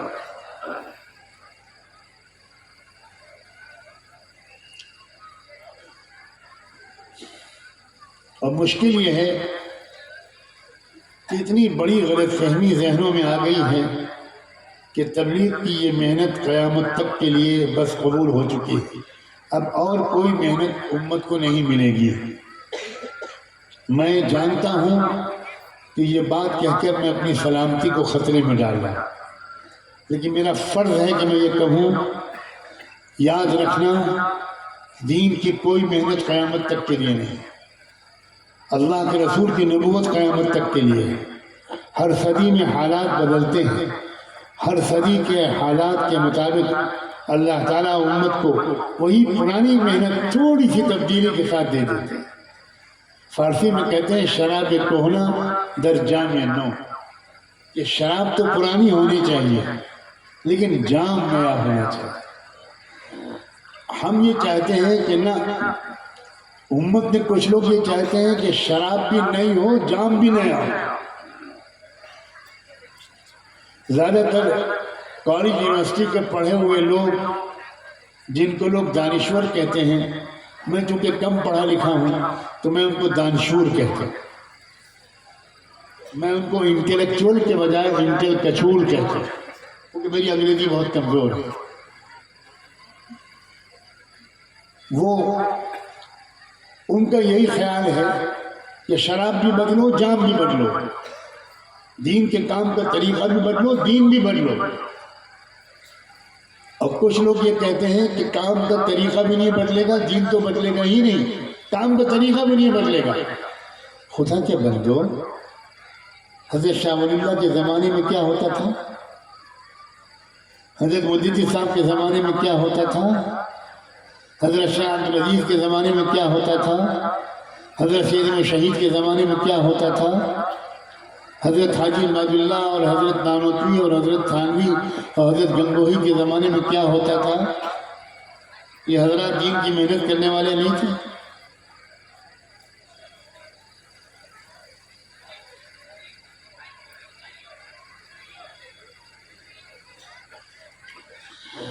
علماء کی ذمہ داری ہے کہ وہ پیارے اور میٹھے انداز سے عوام کو جہالت سے نکالیں، سمجھائیں۔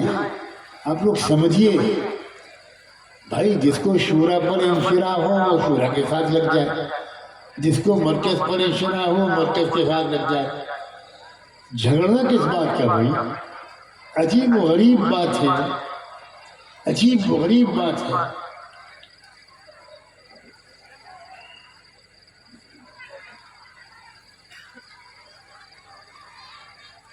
یہ آپس میں لڑتے رہنے کی جو عادت ہے، یہی موجودہ وزیر اعظم کو لائی ہے۔ گجرات سے بڑی زحمت کر کے وہ تشریف لائے دلی، اور اللہ میاں نے ہماری اصلاح کے لیے ان کو تنخواہ پر رکھا ہے نوکر. جب تک ہم نہیں سدھریں گے ان سے چھٹکارا نہیں ملے.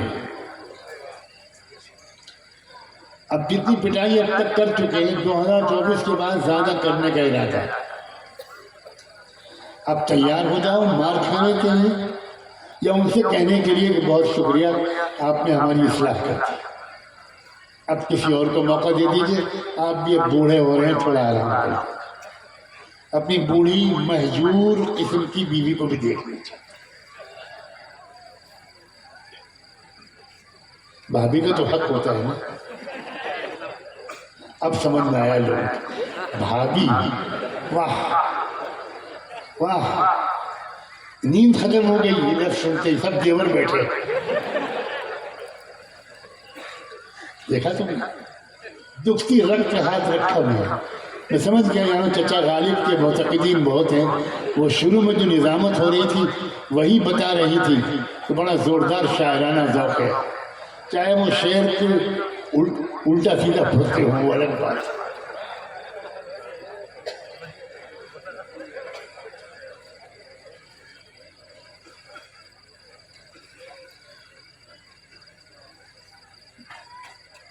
یہ بات میں صرف ہنسی مذاق میں نہیں کہہ رہا ہوں.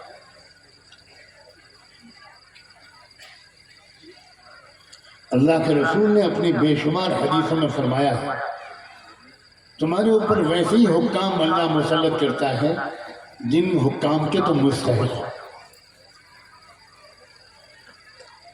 مجھے بتائیے کہ جو قوم اپنے مال کو صحیح خرچ نہ کرتی ہو, اپنے وقت کو ضائع کرتی ہو, اپنی صلاحیتوں کو بھی برباد کرتی ہو, کیا وہ قوم دنیا کی طاقتور قوم بن سکتی؟ مسلمان سے زیادہ شادیوں میں اپنی مال کو خرچ کرنے والی شاید اور کوئی قوم اب نہیں ہے. سودی قرضے لے کر شادیوں میں لاکھوں لاکھ روپے خرچ کیے جا رہے ہیں. ضرورت کس بات کی ہے اللہ کے بندو؟ میں اپنی خواتین سے کہنا چاہتا ہوں, وہ جو مائیں بن چکی ہیں, میری بہنوں ماں ہی ہوا کرتی تھی جو بہترین افراد تیار کر کے امت کو اور انسانیت کو دیتی تھی. ماؤں کی تربیت ہوتی تھی. امام بخاری نہیں بن سکتے تھے اگر ان کی ماں وہ نہ ہوتی جو تھی. 6 سال کے تھے امام بخاری جب ان کی آنکھوں کی روشنی اچانک چلی گئی. ابھی یہاں ہمارے ان بھائیوں نے ترانہ سنایا, میں ان کو نابینا کہنے کے لیے تیار نہیں. مجھے بہت دکھ ہوا جب بار بار نابینا کہا. نابینا تو ہم ہیں اندھے. انہا لا تعمل الابصار ولكن تعمل القلوب التي في الصدور. آنکھیں اندھی نہیں ہوتی, وہ دل اندھے ہوتے ہیں جو سینوں کے اندر ہیں. شاید یہ بھائی ان کے دل روشن ہیں, ان کی آنکھوں سے نظر آتا ہو. مجھے احتجاج کرنے کا دل چاہ رہا ہے اس بات پر کہ ان کو بار بار نابینا کہا گیا. انہیں کہنا چاہیے کہ ہمارے ارباب بصیرت بھائی جن کے پاس بصیرت ہے, بصارت ہو یا نہ ہو, ہم وہ لوگ ہیں کہ جن کے پاس بصارت ہے مگر بصیرت نہیں ہے. نابینا وہ نہیں ہیں, بخدا ہم نابینا.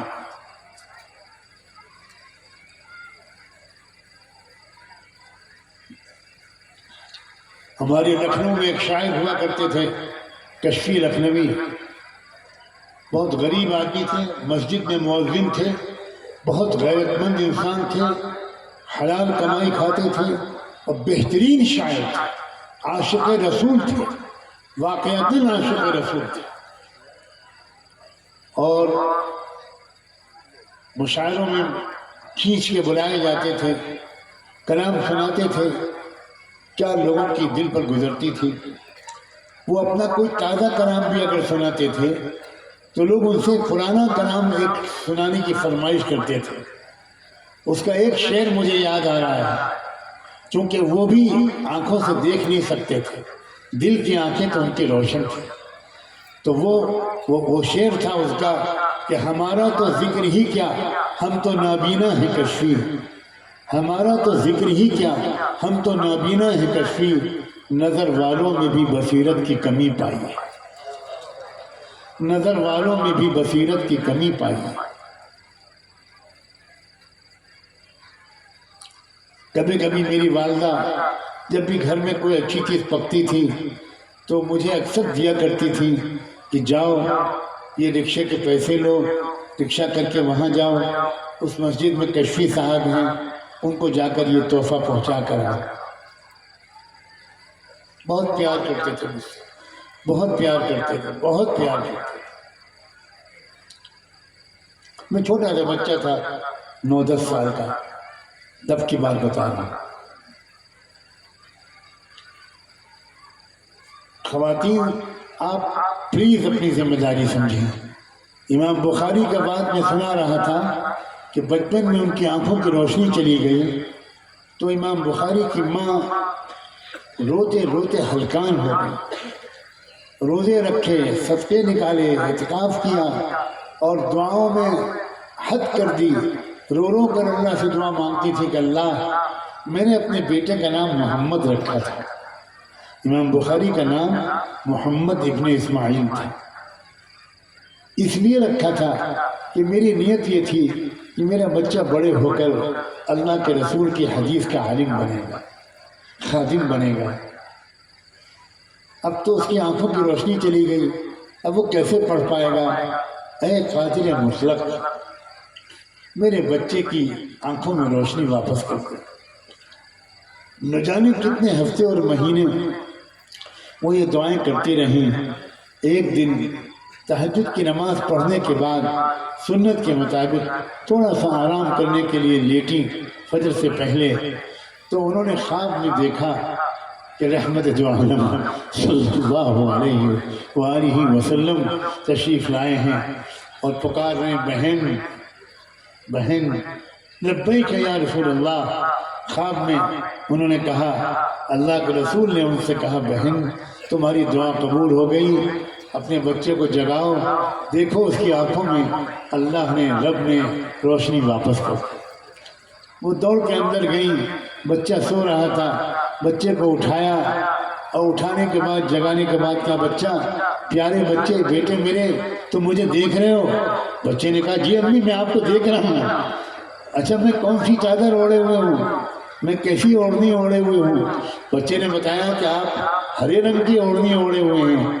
بس سجدے میں گر گئیں، اللہ جس طرح تو نے یہ دعا قبول کی ہے اسی طرح وہ دعا بھی قبول کر لے، میرے بیٹے کو اپنے محبوب کے کلام کا خادم بنا دے۔ ساری دنیا گواہ ہے کہ امیر المومنین فی الحدیث کہلانے کے مستحق ہوئے امام بخاری، اور یہ امام بخاری جو امام بخاری بنے یہ ایک عورت کی دعاؤں کے نتیجے میں بنے۔ بہنوں میں تم سے کہنا چاہتا ہوں تو اپنی طاقت کو پہچانو۔ تم اپنے بچوں کو کیا بنا سکتی ہو مگر نہیں بنا رہی ہو۔ تم ٹی وی دیکھ رہی ہو، تم موبائل سے کھیل رہی ہو، تم نند بھاوت کے جھگڑوں میں پڑی ہو، تم ساس بہو کے سسرال میکے کے جھگڑوں میں پڑی ہو، تم جٹھانی دیورانی کے جھگڑوں میں پڑی ہو۔ تمہارا کیا مقام تھا، تم کہاں چلی گئی؟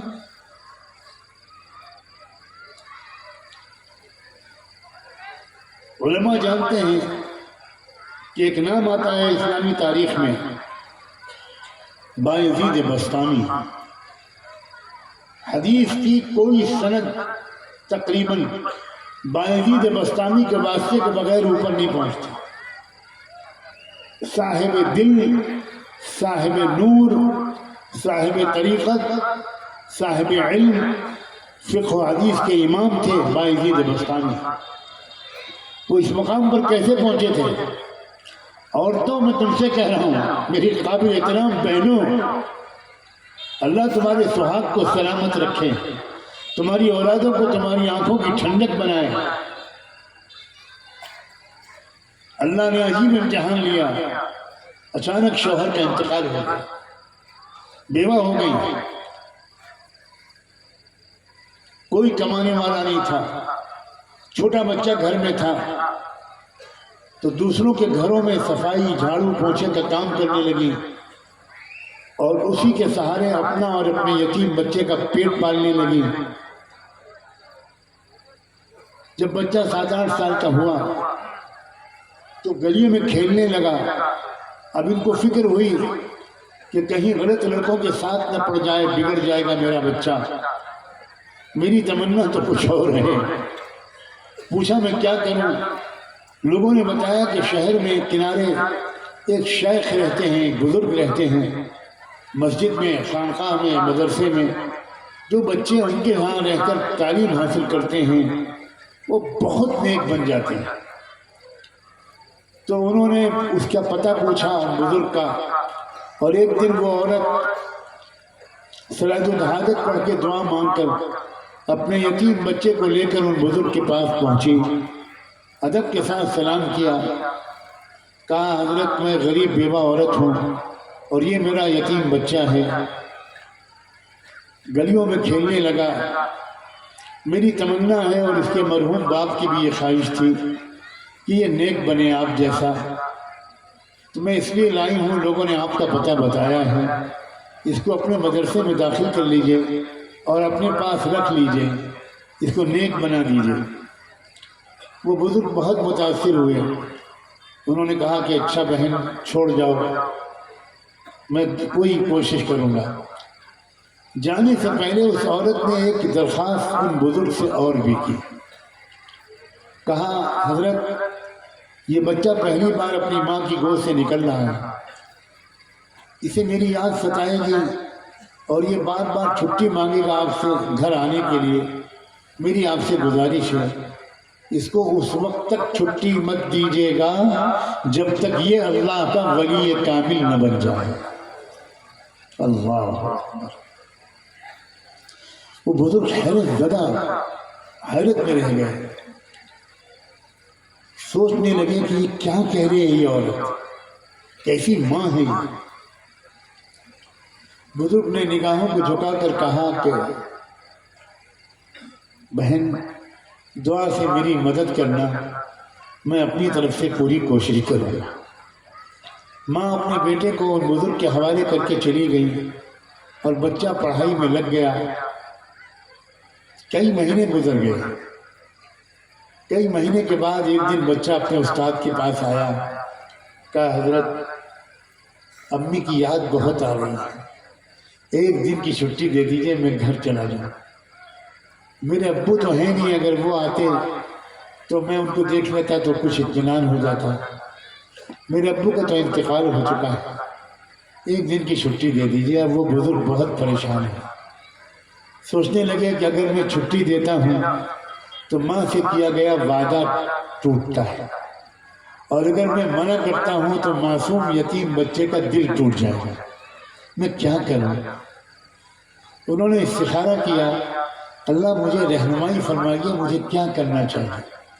تو دل میں ایک ترکیب آئی، بچے سے کہا کہ بیٹا میں تم کو سبق دیتا ہوں، اگر تم آج شام تک وہ سبق یاد کر کے مجھ کو سنا دو تو میں تم کو چھٹی دے دوں گا۔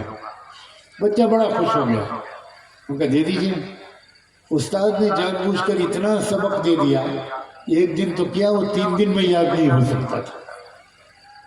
شام کو بچہ آیا استاد کے پاس کہ حضرت سبق سن لیجئے۔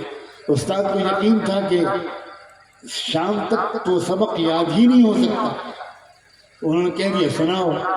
اب بچے نے جو سنانا شروع کیا تو استاد حیران رہ گئے، شروع سے آخر تک بچہ نہ کہیں بھولا نہ کہیں اٹکا، پورا سبق سنا۔ استاد سمجھ گئے کہ اس بچے کا اور اس کی ماں کا اللہ کے ساتھ کوئی خاص معاملہ ہے، اب میں روک نہیں سکتا، میں تو وعدہ کر چکا ہوں۔ بچے سے کہا جاؤ بیٹا جاؤ، مگر ایک دن کی چھٹی ہے، پھر آ جانا۔ بچے نے استاد کے ہاتھ چومے، استاد نے بچوں کو بہت پیار کیا اور بھیج دیا۔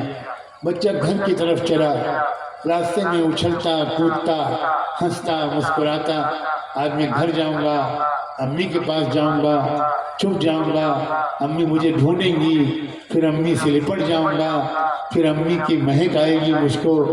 ان سب خیالوں میں مگن وہ بچہ گیا، گھر پہنچا تو دروازہ بند تھا، دروازے سے آواز دی امی، کوئی جواب نہیں ملا، پھر پکارا امی، کوئی جواب نہیں ملا، تیسری بار زور سے پکارا امی، اندر سے جواب آیا کون ہے؟ من تک الباب، دروازے پر کون ہے؟ امی میں آپ کا باعزید ہوں۔ اب سنو، خاص طور پر عورتوں غور سے سنو اور اپنے دوپٹے کے آنچل سے اپنے آنسوؤں کو پوچھو۔ ماں نے اندر سے جواب دیا کون باعزید؟ یہ میرا باعزید نہیں ہو سکتا، میرا باعزید تو تب واپس آئے گا جب وہ اللہ کا ولی بن جائے گا۔ بچہ سمجھ گیا کہ امی نہیں چاہتی کہ میں ابھی گھر میں جاؤں، میرا خیال بڑھ جائے گا۔ کافی دیر وہیں پہ کھڑا روتا رہا، اس کے بعد سر جھکا کر مدرسے واپس آ گیا تھا ہنستا مسکراتا، آیا روتا ہوا۔ جب گھر مدرسے پہنچا، استاد کو سلام کیا، استاد نے دیکھا کہ تم کیسے آ گئے؟ وعلیکم السلام، خیریت تو ہے؟ اب جو بچے نے اپنی کہانی سنانے کے لیے چہرہ اوپر اٹھایا تو دیکھا کہ سارا چہرہ آنسوؤں سے تر ہے۔ استاد نے اپنے عمامے کے کونے سے بچے کے چہرے کے آنسو پوچھے اور کہا بیٹا جلدی بتاؤ کیا بات ہے، خیریت ہے؟ بچے نے پوری کہانی سنائی۔ بچے نے کہا کہ امی نے جب یہ جواب دیا یہ والا میرا باعزید نہیں ہو سکتا، میرا باعزید تو تب ہوگا وہ ہوگا جب اللہ کا ولی بن جائے گا تب آئے گا۔ میں سمجھ گیا میری امی نہیں چاہتی اور میں اپنی امی کو ناراض نہیں کرنا چاہتا، استاد جی اس لیے واپس آ گیا ہوں۔ استاد نے بچے کو بہت پیار کیا، کہا بیٹے ایک بات بتا دو، تم اپنی امی سے ناراض ہو کر تو نہیں آئے؟ بچے نے کہا استاد جی آپ کو علم سکھانے والے کی قسم میں ناراض ہو کر نہیں آیا ہوں، اب آپ بس اتنی دعا کر دیجئے کہ میری امی اس وقت تک زندہ رہیں جب تک وہ میں بن نہ جاؤں جو مجھے بنا ہوا دیکھنا چاہتے تھے۔ وہ بیمار رہتی ہیں، ایسا نہ ہو کہ پہلے ہی وہ اٹھ جائیں تو پھر تو ان کی تمنا پوری نہیں ہو پائے گی۔ استاد نے کہا بیٹا میں ابھی نماز پڑھ کے دعا کرتا اور روز دعا کرتا رہتا ہوں گا۔ اب سنو بھائیوں اور بہنوں، آپ سنو اس بات کو، کلیجے پر ہاتھ رکھ کے سنو، اللہ کے واسطے بھیگی ہوئی آنکھوں کے ساتھ سنو۔ اس کے بعد کیا ہوا؟ 16 سال تک یہ بچہ اپنی ماں کے پاس نہیں گیا، 16 سال تک۔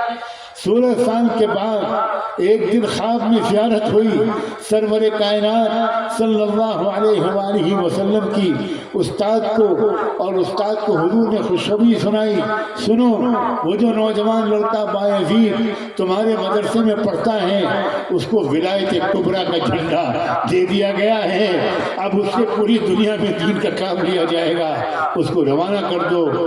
استاد پہنچے اندر، باعزید کو اٹھایا، کلیجے سے لگایا، پیشانی چومی، کہا بیٹا جاؤ تمہاری تربیت مکمل ہو گئی، اب حکم ہو گیا کہ اب تم یہاں نہیں رہو گے۔ بچہ حیران رہ گیا، استاد کے قدم بوسی کی، ہاتھ چومے، دعاؤں کی درخواست کی اور اپنے گھر کی طرف چل دیا۔ آج پہنچا گھر پر، آج بھی گھر کا دروازہ بند تھا، پکارا امی، آج پہلی آواز پر ماں دوڑ کے آئی، دروازہ کھول دیا، بیٹا تو آ گیا۔ نوجوان لڑکا عمامے اور جبے قبے میں کھڑا ہوا تھا سامنے، بیٹا تو آ گیا؟ جی امی میں آ گیا، اور ماں کے قدموں پر گر گیا وہ لڑکا۔ ماں نے بچے کو اٹھایا، اپنے کلیجے سے لگایا اور لا کر بستر پر بٹھایا، کہا بچے تھوڑی دیر انتظار کر، میں اپنے رب کا شکر ادا کر لوں، پھر تجھے گرم گرم دودھ پلاؤں گی۔ پھر پھٹا ہوا بورا بچھایا اور اس کے اوپر نماز شکر پڑھی اور کہا، اور عورتوں سنو پھر کیا دعا مانگی، کہا اللہ اسی دن کے لیے میں بیوہ ہونے کے باوجود زندہ رہنے کی دعا مانگتی تھی، اب جب کہ آپ نے میری دعا قبول کر لی، میرے بیٹے کو آپ نے اتنا بڑا مقام دے دیا، اب آپ جب چاہیں مجھے اپنے پاس بلا لیں، اب مجھے جینے کی تمنا نہیں۔ یہ عورتیں تھیں جن کے بیٹے بنتے تھے ابو حنیفہ، امام شافعی، امام احمد، امام مالک، سیدنا عبد القادر جیلانی، محمد قاسم نانوتوی، ایسی عورتیں تھیں۔ میرا بس چلے سنو عورتوں، میرا بس چلے تو میں پوری امت کی طرف سے ایک ایک عورت کے دامن پکڑوں، ایک ایک گھر پہ جا کر بھکاری کی طرف سزا لگاؤں اور عورتوں سے کہوں اس امت پر رحم کرو، ایسے بچے پھر سے اس امت کو دے دو۔ امت کو ضرورت ہے محمد الیاس اور محمد یوسف کی، امت کو ضرورت ہے محمد قاسم نانوتوی اور رشید احمد گنگوہی کی، امت کو ناچنے گانے والوں کی ضرورت نہیں ہے۔ اور وہ لوگ ملتے تھے ماؤں کی تربیت سے۔ یاد رکھنا، بگڑے ہوئے لڑکوں کو مدرسے نہیں بھیجا جاتا تھا آج کے رواج کی طرح۔ ماں باپ پہلے اپنی اولاد کو بگاڑتے ہیں، پھر مدرسے میں لا کر دے دیتے ہیں کہ لڑکا کہنا نہیں مانتا، اب مدرسے میں لے آیا ہے۔ یعنی اس کا مطلب یہ ہوا کہ آپ کا کام بچوں کو بگاڑنا ہے اور بگڑے ہوئے بچوں کو سدھارنا مدرسے کا کام ہے۔ یہ کہاں کا انصاف ہے؟ یہ شرافت کے خلاف ہے۔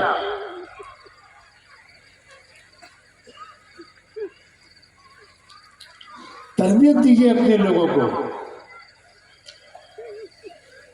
اس مدرسے کے بارے میں اور اس علاقے کے تمام مدارس کے بارے میں اس غریب مریض مسافر کی دل سے دعا ہے کہ اللہ یہاں پڑھنے والے ایک ایک بچے کو ولایت کا مقام ہوتا، ایک ایک پڑھانے والے استاد کو اپنی محبت دے۔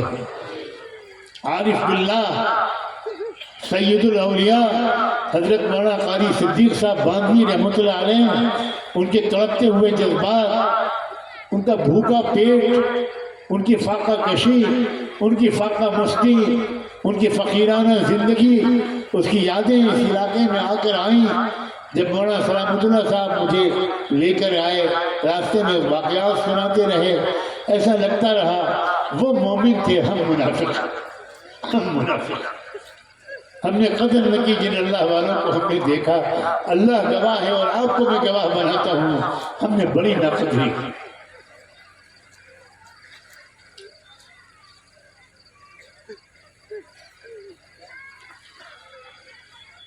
امت کو بھی ضرورت ہے انہی جیسے علماء کی، اور ملک کو بھی ضرورت ہے انہی جیسے علماء کی۔ ہمارا ملک لٹیروں کے ہاتھ میں آ جائے گا تو ملک نہیں بچ پائے گا۔ ملک ٹکڑے ٹکڑے ہونے کے دہانے پر ہے۔ ایک صوبہ دوسرے صوبے سے لڑ رہا ہے پچھلے 3 دن سے، ایسا لگتا ہے کہ جیسے ہمارا ملک کسی اور ملک سے لڑ رہا ہے، اوپر سے گولے برسائے جا رہے ہیں۔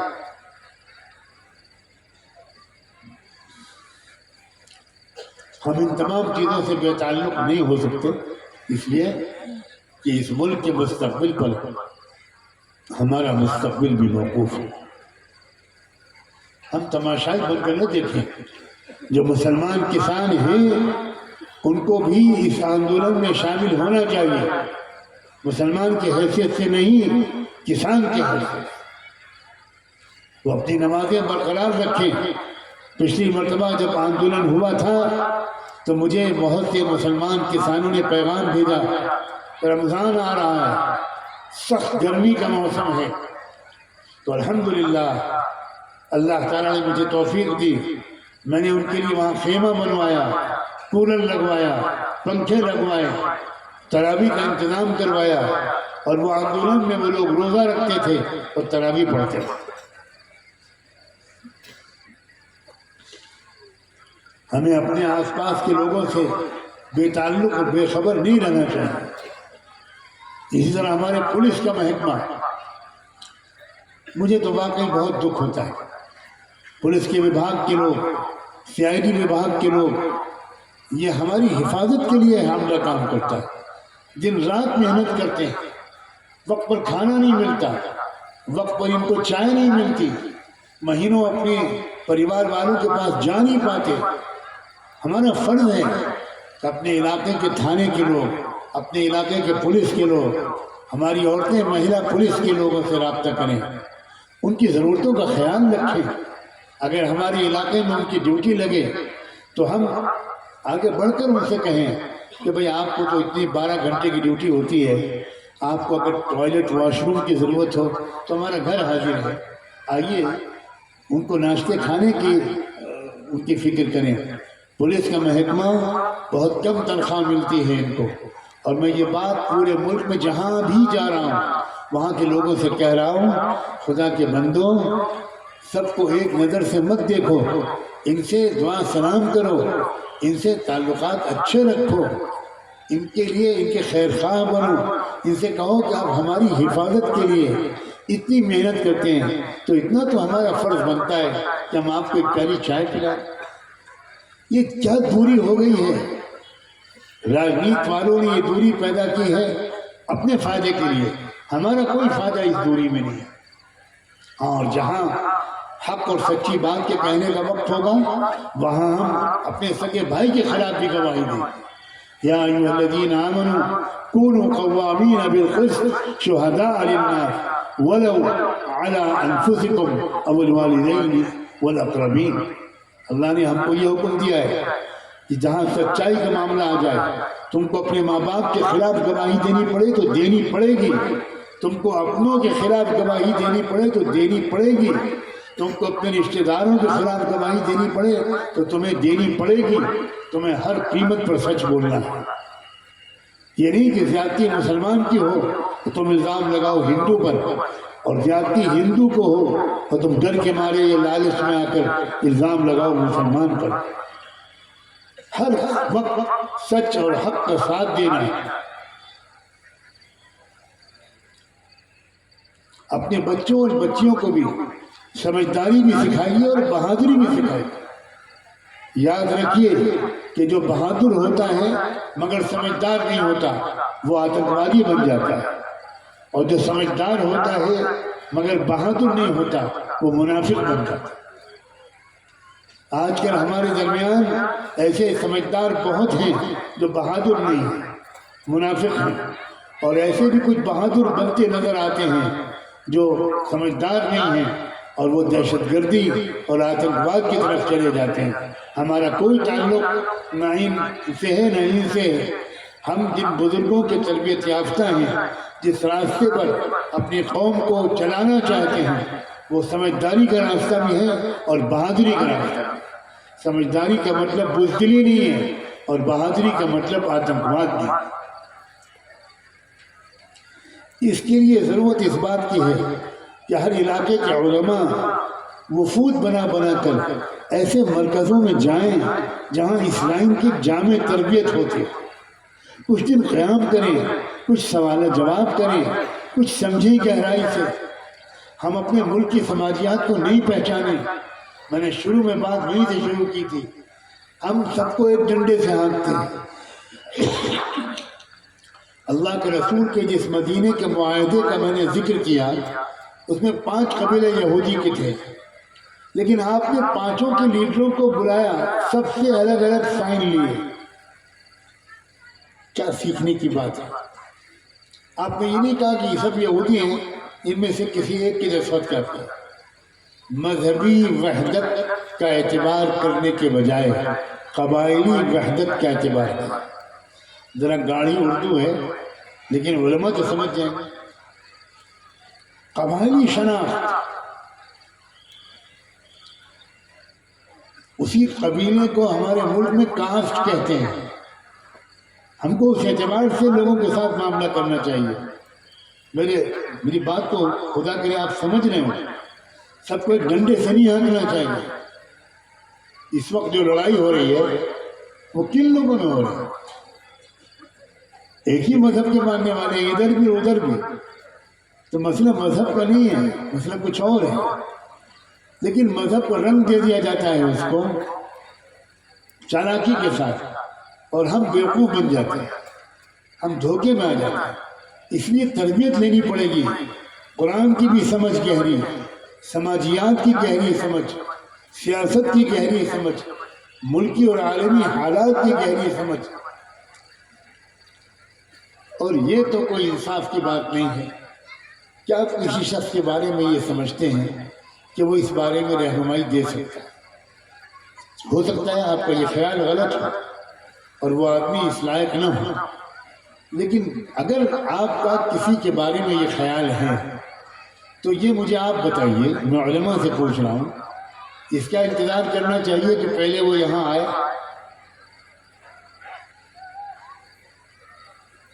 یہ تو میں نہیں سمجھ رہا ہوں کہ آپ سوال نہیں سمجھے، میں یہ سمجھ رہا ہوں کہ آپ زیادہ سمجھدار ہیں، اور میں زیادہ کھول کر کہنا نہیں چاہتا، میں چاہتا ہوں کہ کرتے جو پہنے ہیں یہ ڈھکے رہے۔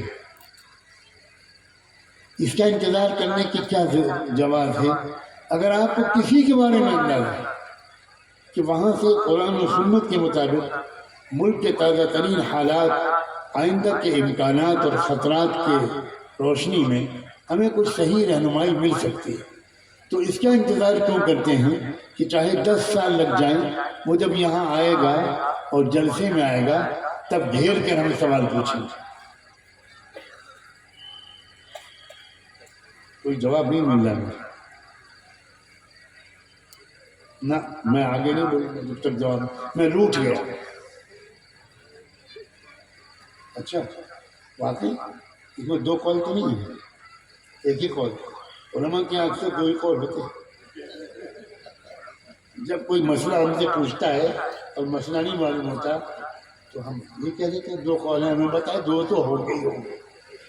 اسی لیے کسی نے پوچھا فی اللہ شک، تو ہم نے کہہ دیا 2 کال ہیں، تو اس نے اٹھایا جھوٹا کہ تیرا دماغ خراب ہے، فی اللہ شک میں 2 کال ہیں، تو نے کہا اعراب میں 2 کال۔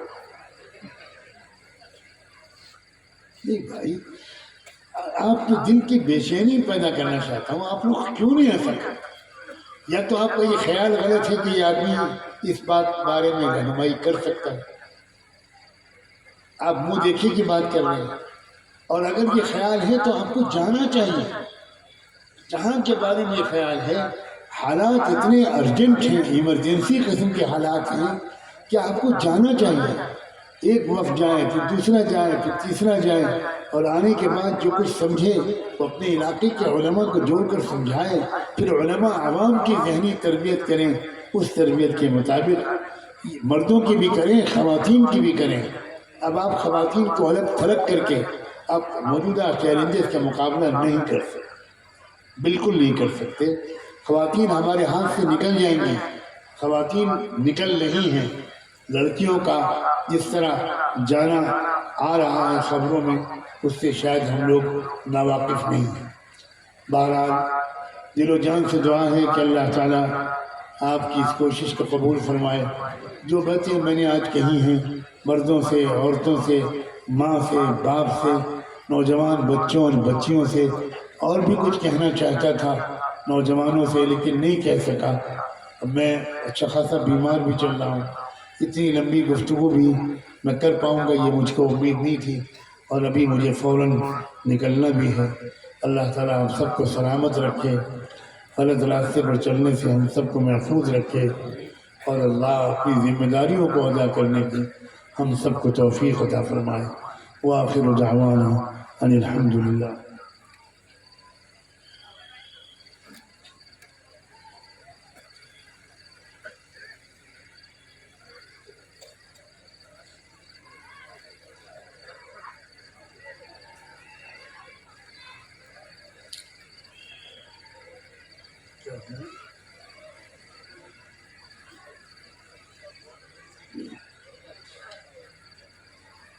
دعا سے پہلے ایک ضروری گزارش سن لیجیے۔ ابھی شروع میں ذکر بھی آیا تھا، اگرچہ وہ ناقص ذکر تھا۔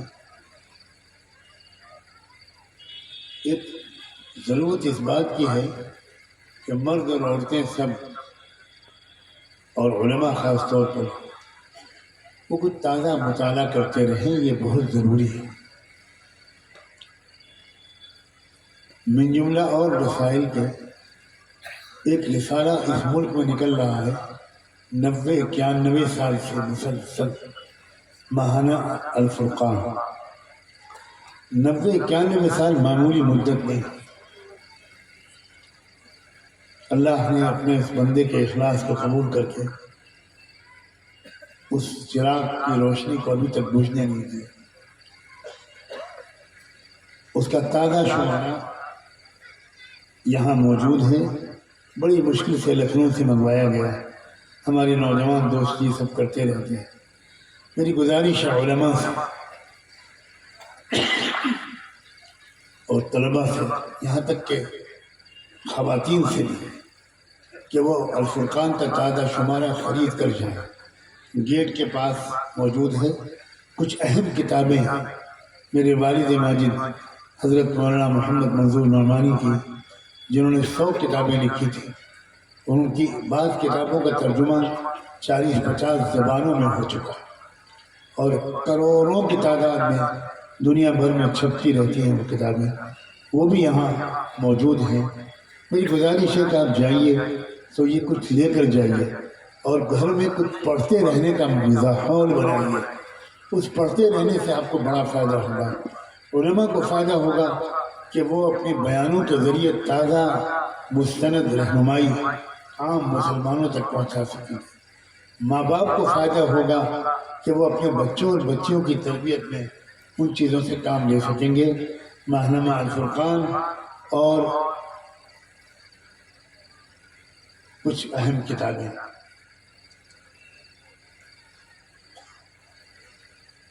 ایک عمل بتانا چاہتا ہوں، اجازت ہے؟ کسی اللہ والے کا بتایا ہوا ایک عمل ہے، بہت ہی آسان، بہت مختصر. آج کل کے حالات میں ہمارا ملک جہاں پھنسا ہوا ہے وہ ملک ان حالات سے نکل آئے، بیت المقدس ان حالات سے نکل آئے. پوری امت اور انسانی برادری اس عذاب سے چھٹکارا پا جائے. اس کے لیے محنت اور کوشش بھی کرنی ہے اور اللہ کے کلام سے مدد بھی لینی ہے. روزانہ فجر کی نماز کے بعد 3 بار سورہ مزمل پڑھنا ہے. کتنا پڑھنا ہے؟ روزانہ فجر کی نماز کے بعد صرف 3 بار سورہ مزمل پڑھنا ہے.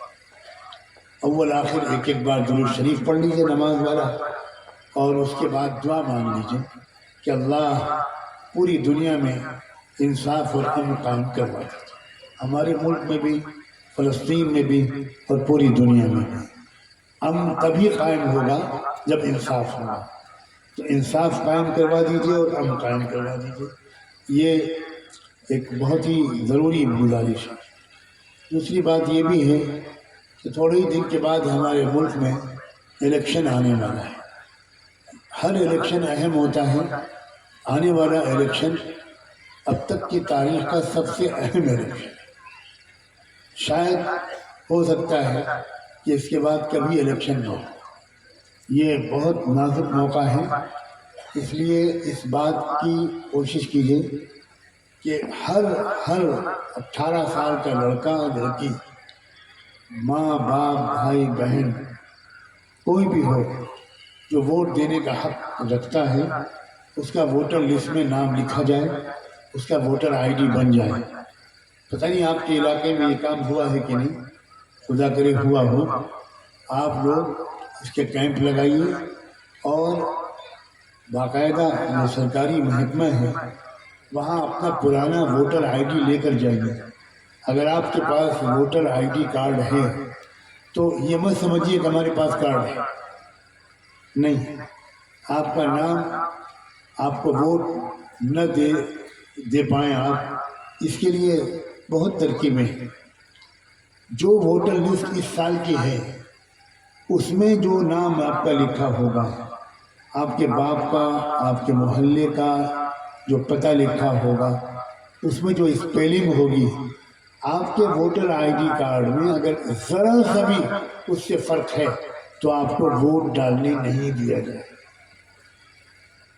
اگر احمد نام لکھا ہے اور انگریزی میں AHMAD یہ کارڈ میں لکھا ہے لیکن ان کی لسٹ میں AHMED ہے، آپ 1000 کہیں کہ بھائی نام ایک ہے احمد، اور احمد میں کوئی فرق نہیں ہوتا، آپ کو ووٹ ڈالنے نہیں دیا جائے.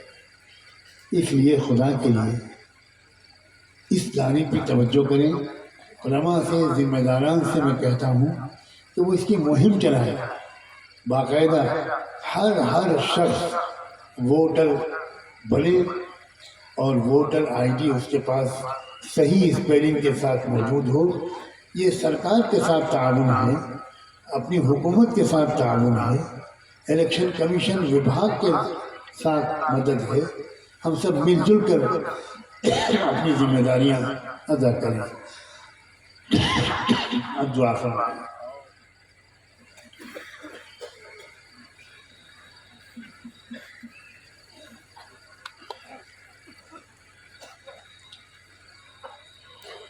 سبحان اللہ وبحمدہ سبحانک اللہم وبحمدک نشہد ان لا الہ الا انت نستغفرک ونتوب الیک نستغفرک ونتوب الیک نستغفرک ونتوب الیک اللہم صل علی سیدنا محمد وعلى آل سيدنا محمد صلاة تنجينا بها من جميع الأهوال والآفات وتقضي لنا بها جميع الحاجات وتطهرنا بها من جميع السيئات وترفعنا بها أعلى الدرجات وتبلغنا بها أقصى الغايات من جميع الخيرات في الحياة وبعد الممات إنك على كل شيء قدير اللہ ہم آپ کے بندے اور آپ کی بندیاں آپ کے حضور میں حاضر ہیں، شرمندگی کے ساتھ اقرار جرم کرتے ہیں کہ جتنا موقع آپ نے اب تک ہم کو عنایت فرمایا بہت کافی تھا، اگر ہم نے اس موقع سے فائدہ اٹھایا ہوتا تو اللہ ہمارا حال بہت بہتر ہو چکا ہوتا، ہمارا ایمان مضبوط ہوتا، ہماری نمازیں بہتر ہوتی، ہمارے اخلاق اچھے ہوتے۔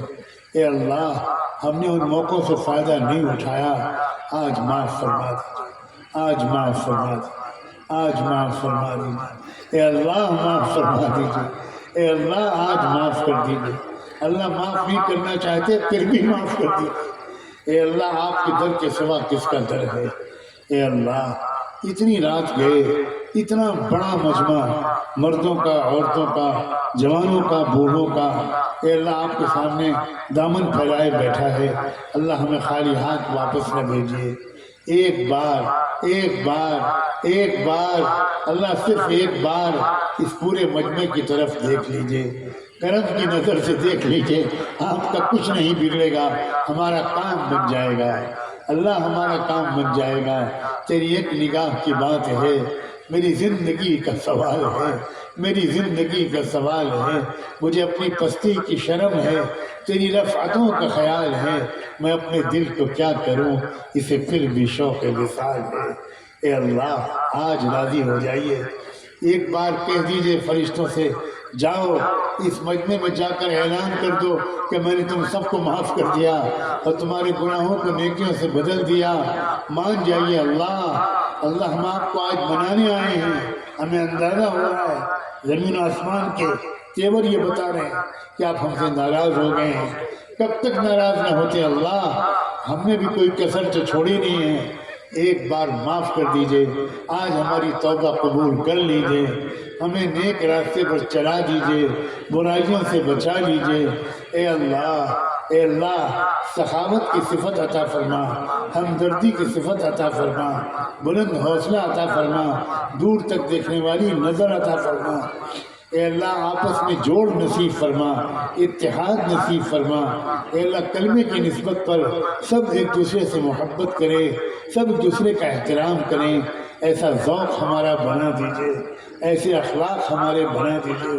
اے اللہ جس ادارے کے میزبانی میں یہ جلسہ ہو رہا ہے خصوصاً اے اللہ اس کو دن دونی رات چوگنی ترقی اور نصیب فرما، سارے اساتذہ اور حضرت محتیم صاحب کی محنتوں کو قبول فرما، تعاون کرنے والوں کے تعاون کو قبول فرما، مدرسے کو محبت سے دیکھنے والوں کی محبت بری نگاہ کو قبول فرما۔ اے اللہ پڑھنے والوں کو قبول فرما، پڑھانے والوں کو قبول فرما، مطبخ سے لے کر تمام شعبوں تک جو کارکن ہمارے بھائی ہیں ان سب کارکنوں کی مغفرت فرما، سب کو قبول فرما، سب سے راضی ہو جا۔ اے اللہ ہم اقراری مجرم ہیں، ہم اقرار کر رہے ہیں، اے اللہ ہم اقرار کر رہے ہیں کہ اپنے کو ہلاک کر دینے میں ہم نے کوئی کسر نہیں چھوڑی، بس آج توبہ کرنے کے لیے آئے ہیں، ہماری توبہ قبول فرما۔ اے اللہ جو ضلع کا پرشاسن ہے، جو ضلع انتظامیہ ہیں، جو ضلع کے پولیس کے افسران ہیں، جو تھانوں کے ذمہ داران ہیں، جنہوں نے اتنی پرسکون ماحول میں یہ پروگرام کرنے کے انتظامات کیے، اے اللہ ہم ان کا بھی شکریہ ادا کرتے ہیں، انہوں نے حق ادا کر دیا، ہمیں بھی ان کا حق ادا کرنے کی توفیق عطا فرما۔ شہریوں، عام ناگرکوں اور ضلع پرشاسن اور پولیس کے ایک ایک بھائی اور بہن سے اچھے تعلقات پورے ملک میں ہر جگہ قائم ہو جائے۔ اے اللہ یہ سلیقہ ہم کو نصیب فرما۔ ہمارے راجنیتک جھگڑوں نے دیش کو بہت نقصان پہنچایا۔ اے اللہ ہم راجنیت سے اوپر اٹھ کر اس ملک کی خدمت کرنا چاہتے ہیں، اس ملک کو طاقتور بنانا چاہتے ہیں، اس ملک کو دنیا میں نیک نام کرنا چاہتے ہیں۔ اے اللہ ہماری خواہشات کو پورا کر دے، جو مانگا ہے وہ بھی عطا فرما دیجئے، جو نہیں مانگ سکے مانگنا چاہیے تھا اللہ وہ بھی عطا فرما دیجئے۔ ایک آخری گزارش یہ ہے کہ اللہ ہم سب خطا کاروں کے نام لے کر رحمت دو عالم صلی اللہ علیہ وآلہ وسلم کی خدمت اقدس میں ہم سب کی طرف سے درود و سلام بھجوا دیجئے، ان پر اور ان کی حال پر، اہل بیت پر، صحابہ اور صحابیات پر، ازواج مطہرات پر، ذریت طیبہ پر اور ان کے نقش قدم پر چلنے والے تمام مشائخ اولیاء اللہ اور صالحین و صالحات پر اور انہی کے راستے پر جینے اور مرنے کی ہم سب کو توفیق عطا فرما۔ وصلی اللہ تعالی علی خیر خلقہ سیدنا محمد وعلی آلہ وصحبہ اجمعین برحمتک یا ارحم الراحمین۔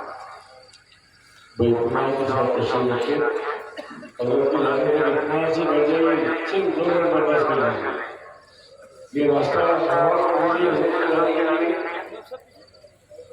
لائن لگا دیجیے، جوان بچے بیچ میں کھڑے ہو جائیں گے، کینچی بنا دیجیے،